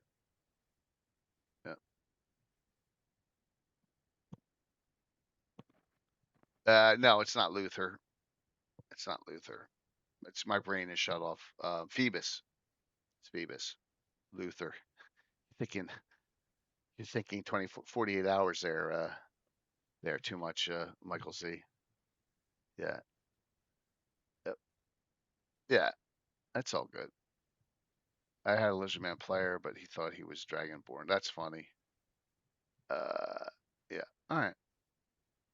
Just was curious. Ha ha. Curtis, Phoebus, and Butthead. That is funny. So. Sam says in 2E Monsters Compendium Annual 4. All right. That's where I'll finish this up here. I'm going to see if I got. Let me go to 2E. He says they're blindheims with different beams. Ha ha. Hold on. Let me see if I can find this. Hopefully I have it. I have 4th. Annual 4, I do. Okay. This would be funny. Oh, this is in color.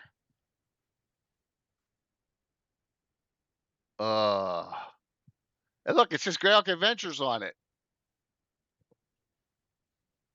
Advanced. Oh, so that's the one with the headlights. Yeah. Yeah, Blindham. All right. So here we got Following types of blind hinds are reported. Amber, the eyes do not blind, but instead the effect of a hypnotic pattern.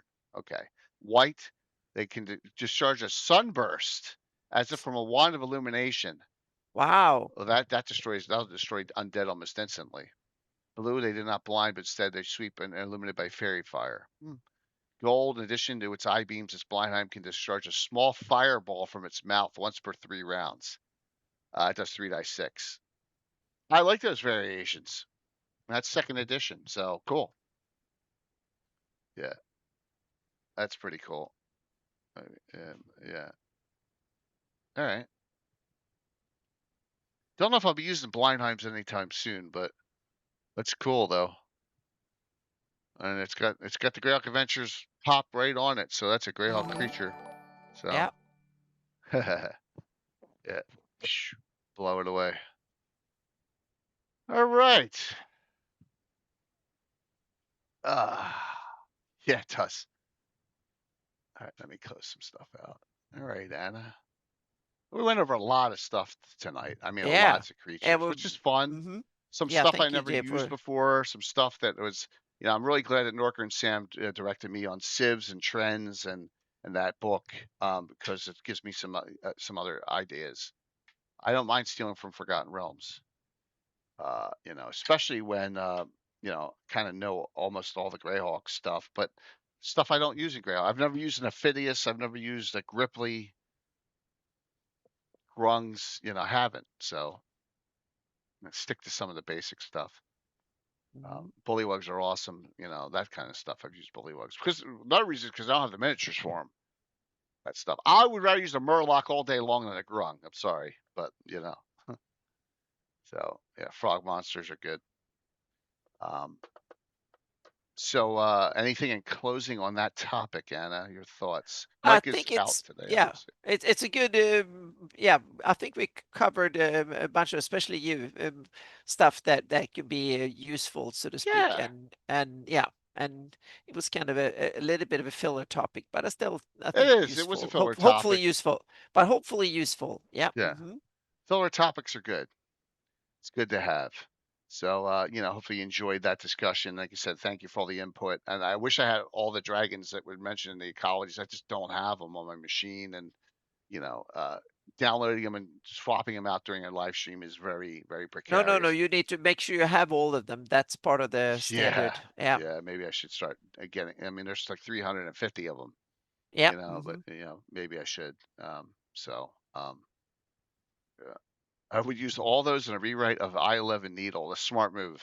That's funny. Yeah.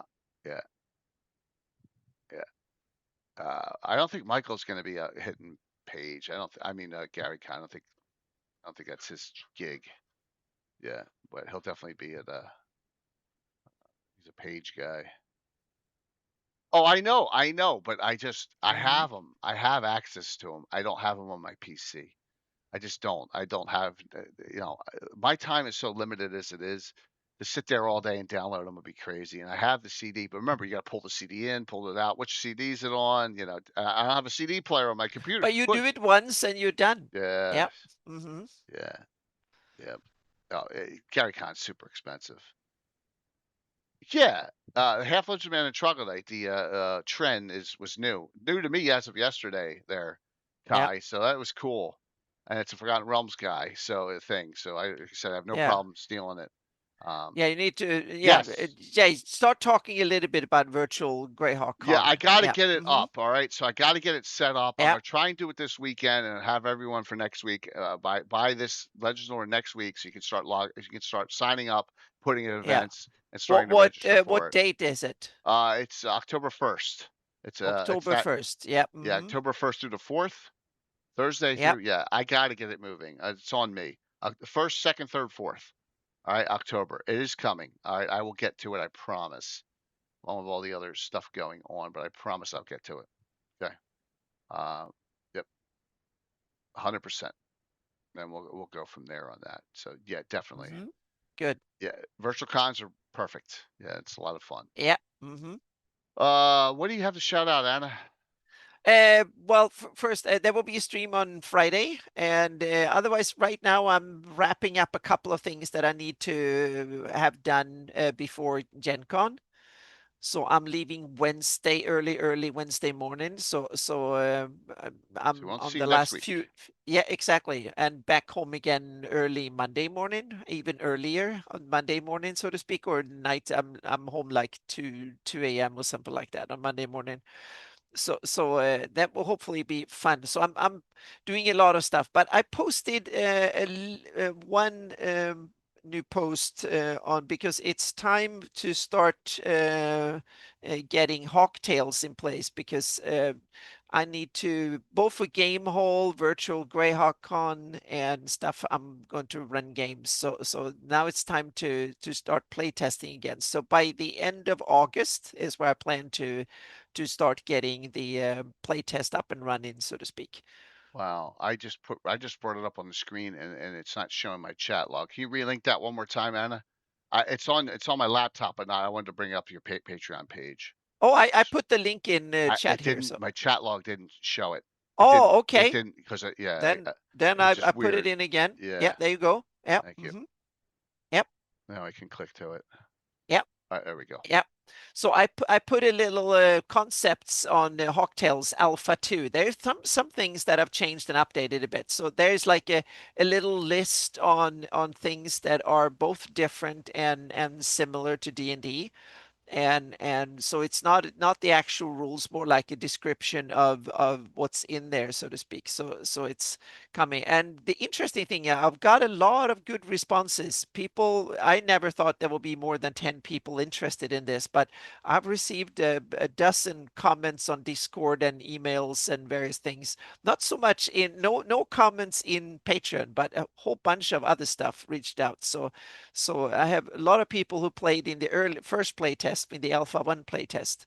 So I've streamlined a whole bunch, a lot of things to go faster, to play faster and less number crunching and stuff. So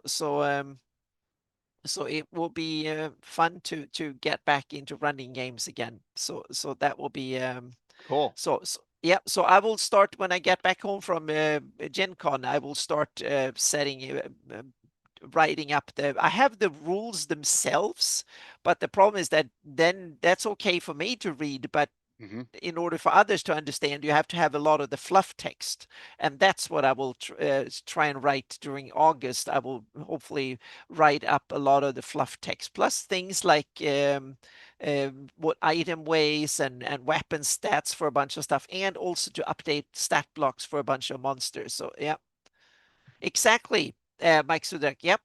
That's this is the latest edition of updated of the one I ran there. So yep. Yep. Very cool.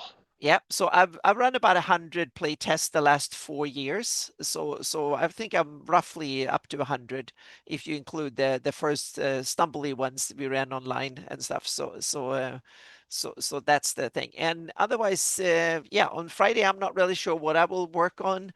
Hopefully I can get at least if I'm a bit lucky, I can get one more blog post out before Gen Con, but I'm not really sure because I have two commissions that I need to finish stuff for before Gen Con. So I'm working really, really hard. Yeah. I lost what I was going to discuss. And here. You can find me in the Inkwell Ideas booth at Gen Con, but we can talk about that on Sunday a little bit more. So yeah. There it is. Yeah. All right. And also, yeah, Jeremy, yes, yeah, we need to get together at Gen Con. Yep. All righty. So this is for tomorrow. It's a picture blow up. Whoops. Oops. I lost my sound. A second. We can still hear you, but you sound like you're in a can. Can you hear me? Oh yeah, we can hear you, but you sound I lost terrible. It. I lost my sound for a second. Oh, right, there you go. There you go. Yeah. So that is some kind of burial mound in the background. So the seekers are going to send them to look for something out of an evil priest's last interment, and that'll be tomorrow's adventure. Shadows of Terror. So we got Armed and Dangerous, Tiffany, Myriad, and Amanda and Gianna. Tom's going to play as well. I'm gonna. They got 7th level characters now. Almost all of them are 7th. I'm gonna put them through the ringer on this one.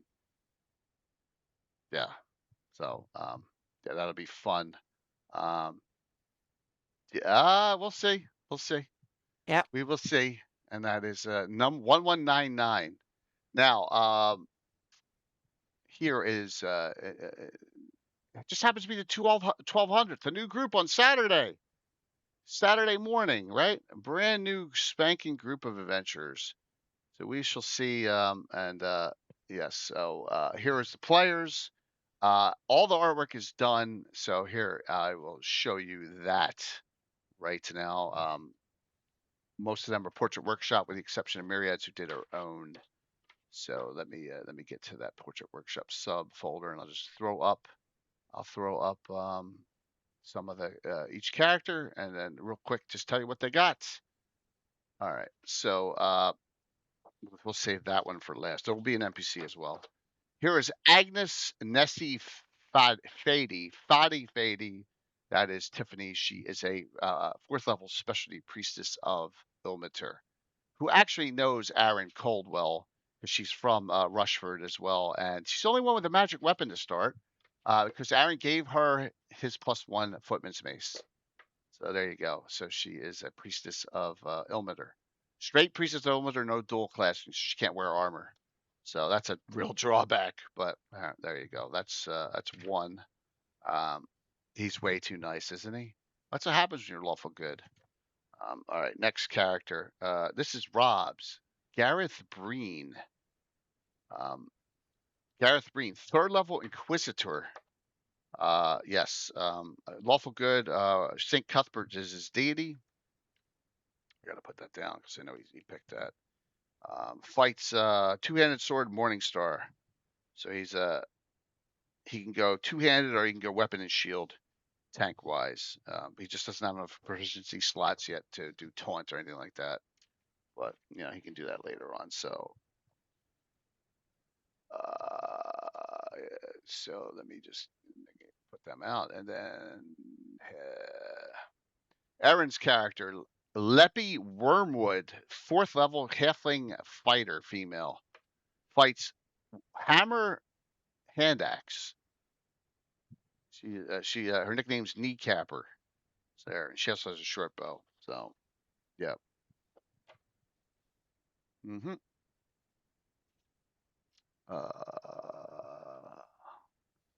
This is, that's a big picture. The heart, we'll tell you in a second what that gold heart is. Alara Ravenwood of File, Rob. Has File, another one. Half elf. Cleric Mage Thief. Triple class. Old school. 323. Fighter. Cleric Mage Thief.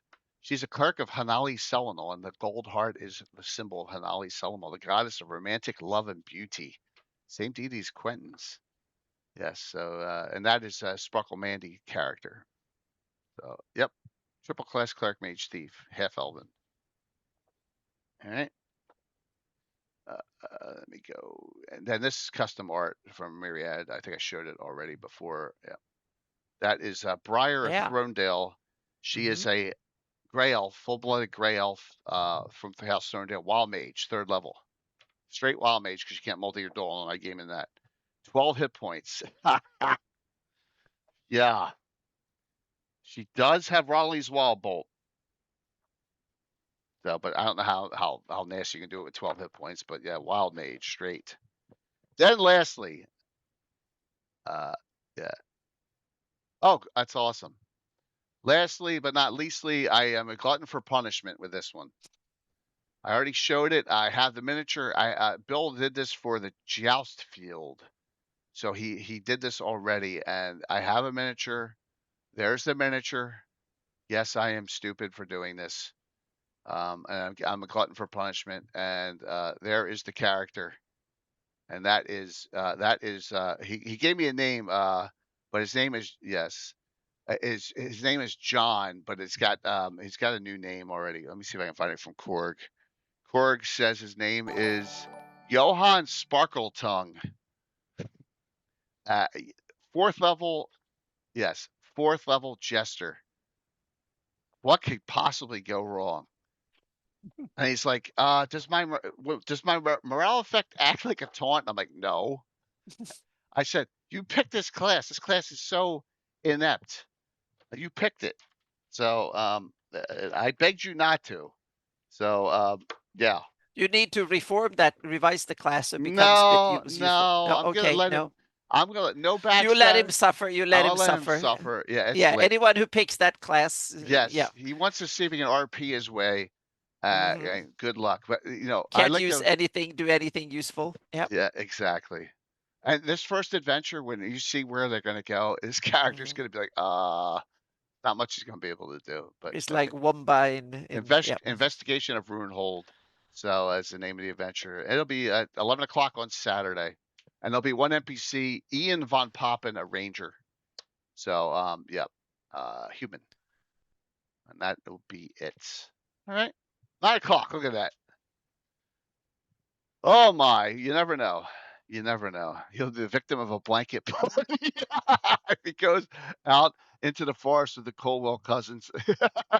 That's you know what a blanket party is, right, Anna? They put the blanket over you and they beat you with soap. God. Yeah, that's what Curtis is saying. It's a military thing. Like in Full Metal Jacket, they do that. Yeah. So hey, disorderly dice. That is funny. Plague 7. I'm going to make a version for Questline VTT, I think. But otherwise, I will, and there will be a PDF version of the character sheet as well. But so far, I haven't done any automation yet. It's just because the rules I've been developing the rules, and I'm still developing the rules. But now they're starting to be firm enough that I will play for a while and then do an update again. So I'm the second alpha generation. Give away disorderly. Get in on that. Yep. I'm giving this away a hard copy. It's a reprint, but of Scarlet Brotherhood or something else. So Investigation of Runehold. Yeah. Awesome. New game Saturday, new group. Yes, blanket. But that was funny, Curtis. You're making me laugh with the blanket party. Yep. Oh my god! But yeah. Can you blanket party with liquid soap? Yeah, you can. You just take the whole bottle, shoot and immediately at every chance. So that's the thing. The jester can catch stuff and he can throw it. So he can throw daggers. Okay, good. He's a dagger thrower. Can't backstab. He can't hide in shadows. He can't move silently. He can pick pockets and juggle and hurl insults and do ventriloquism and cast some illusion type charm spells and that. So best of luck. And he's going to instill morale in them. So it's very possible. Or they may just look at him like, because this is a serious group. There's a lot of hardcore lawful goods in here. Lawful goods tend to be serious, right? So we'll see. Yes. We'll see what on that, but I'm excited about it. So that'll be. Well, now you're back again. Okay. Yeah. We heard you, but it just sounded. It'll be a new group. It'll be a new group for Saturday. So yeah. All right. Last call, exclamation, drawing. 1 second here. I gotta send a message.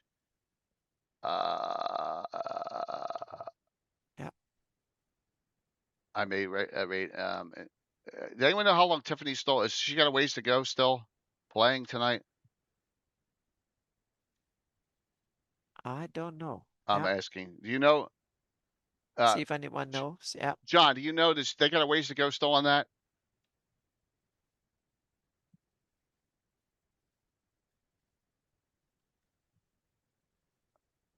All right, no one knows. I'm gonna. So I set it up. Hopefully she raids into. I'm asking her to raid into Marquis after I raid into her. They have another hour. Okay, yeah, that'll be good then. That'll make sense for me to raid in. I'm gonna raid into Tiffany, TR Nickel. Please sit tight, and then I asked her to raid into Marquis afterwards, which she's on. Rachel's on. So let's see who wins. Let's see who wins the giveaway. Dun, dun, dun, dun, dun. Cloudbot. If you guys use this, they've changed. It stuff's all over the place now, and you got to really look hard for what you're looking for. The winner tonight is Curtis. That wasn't rigged. Curtis, do you have this? Curtis, do you have this in book form? Well, you do now. All right. Awesome. There you go. Easy enough. Good. Well, thanks, everyone. Thanks, Anna. Oh, thank you all. Sit tight. Yeah. Sit tight. We go into Tiffany's game, and then yeah. So talk to you all tomorrow night. Armed and Dangerous. Gonna be a tough fight. One. But I'm gonna let them. Do whatever they want. A lot of them are rich from. Well, at least Gem is rich from the Fortress Elendar adventure. They want to buy more stuff for their building. That's fine and all. And then I'll just condense down the some of the other encounters. It's no big deal. Not the last one, but yeah, you got it. So we'll have. Thanks, Wolf. I really appreciate it. Anna, thank you. We'll see you all. Yeah.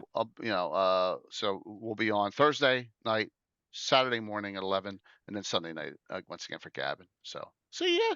Boom. Hit a right there button. It's raid in. Raid it out.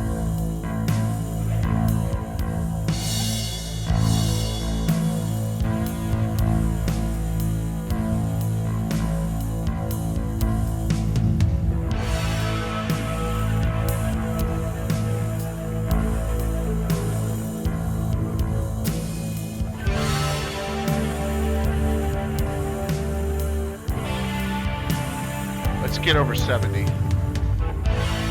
Oh, awesome. All right. 5, 4, 3, 2, 1. All right. See you tomorrow night. Thank you, everyone. Oh, by the way, Black Oak Workshop tomorrow night. Dice giveaway.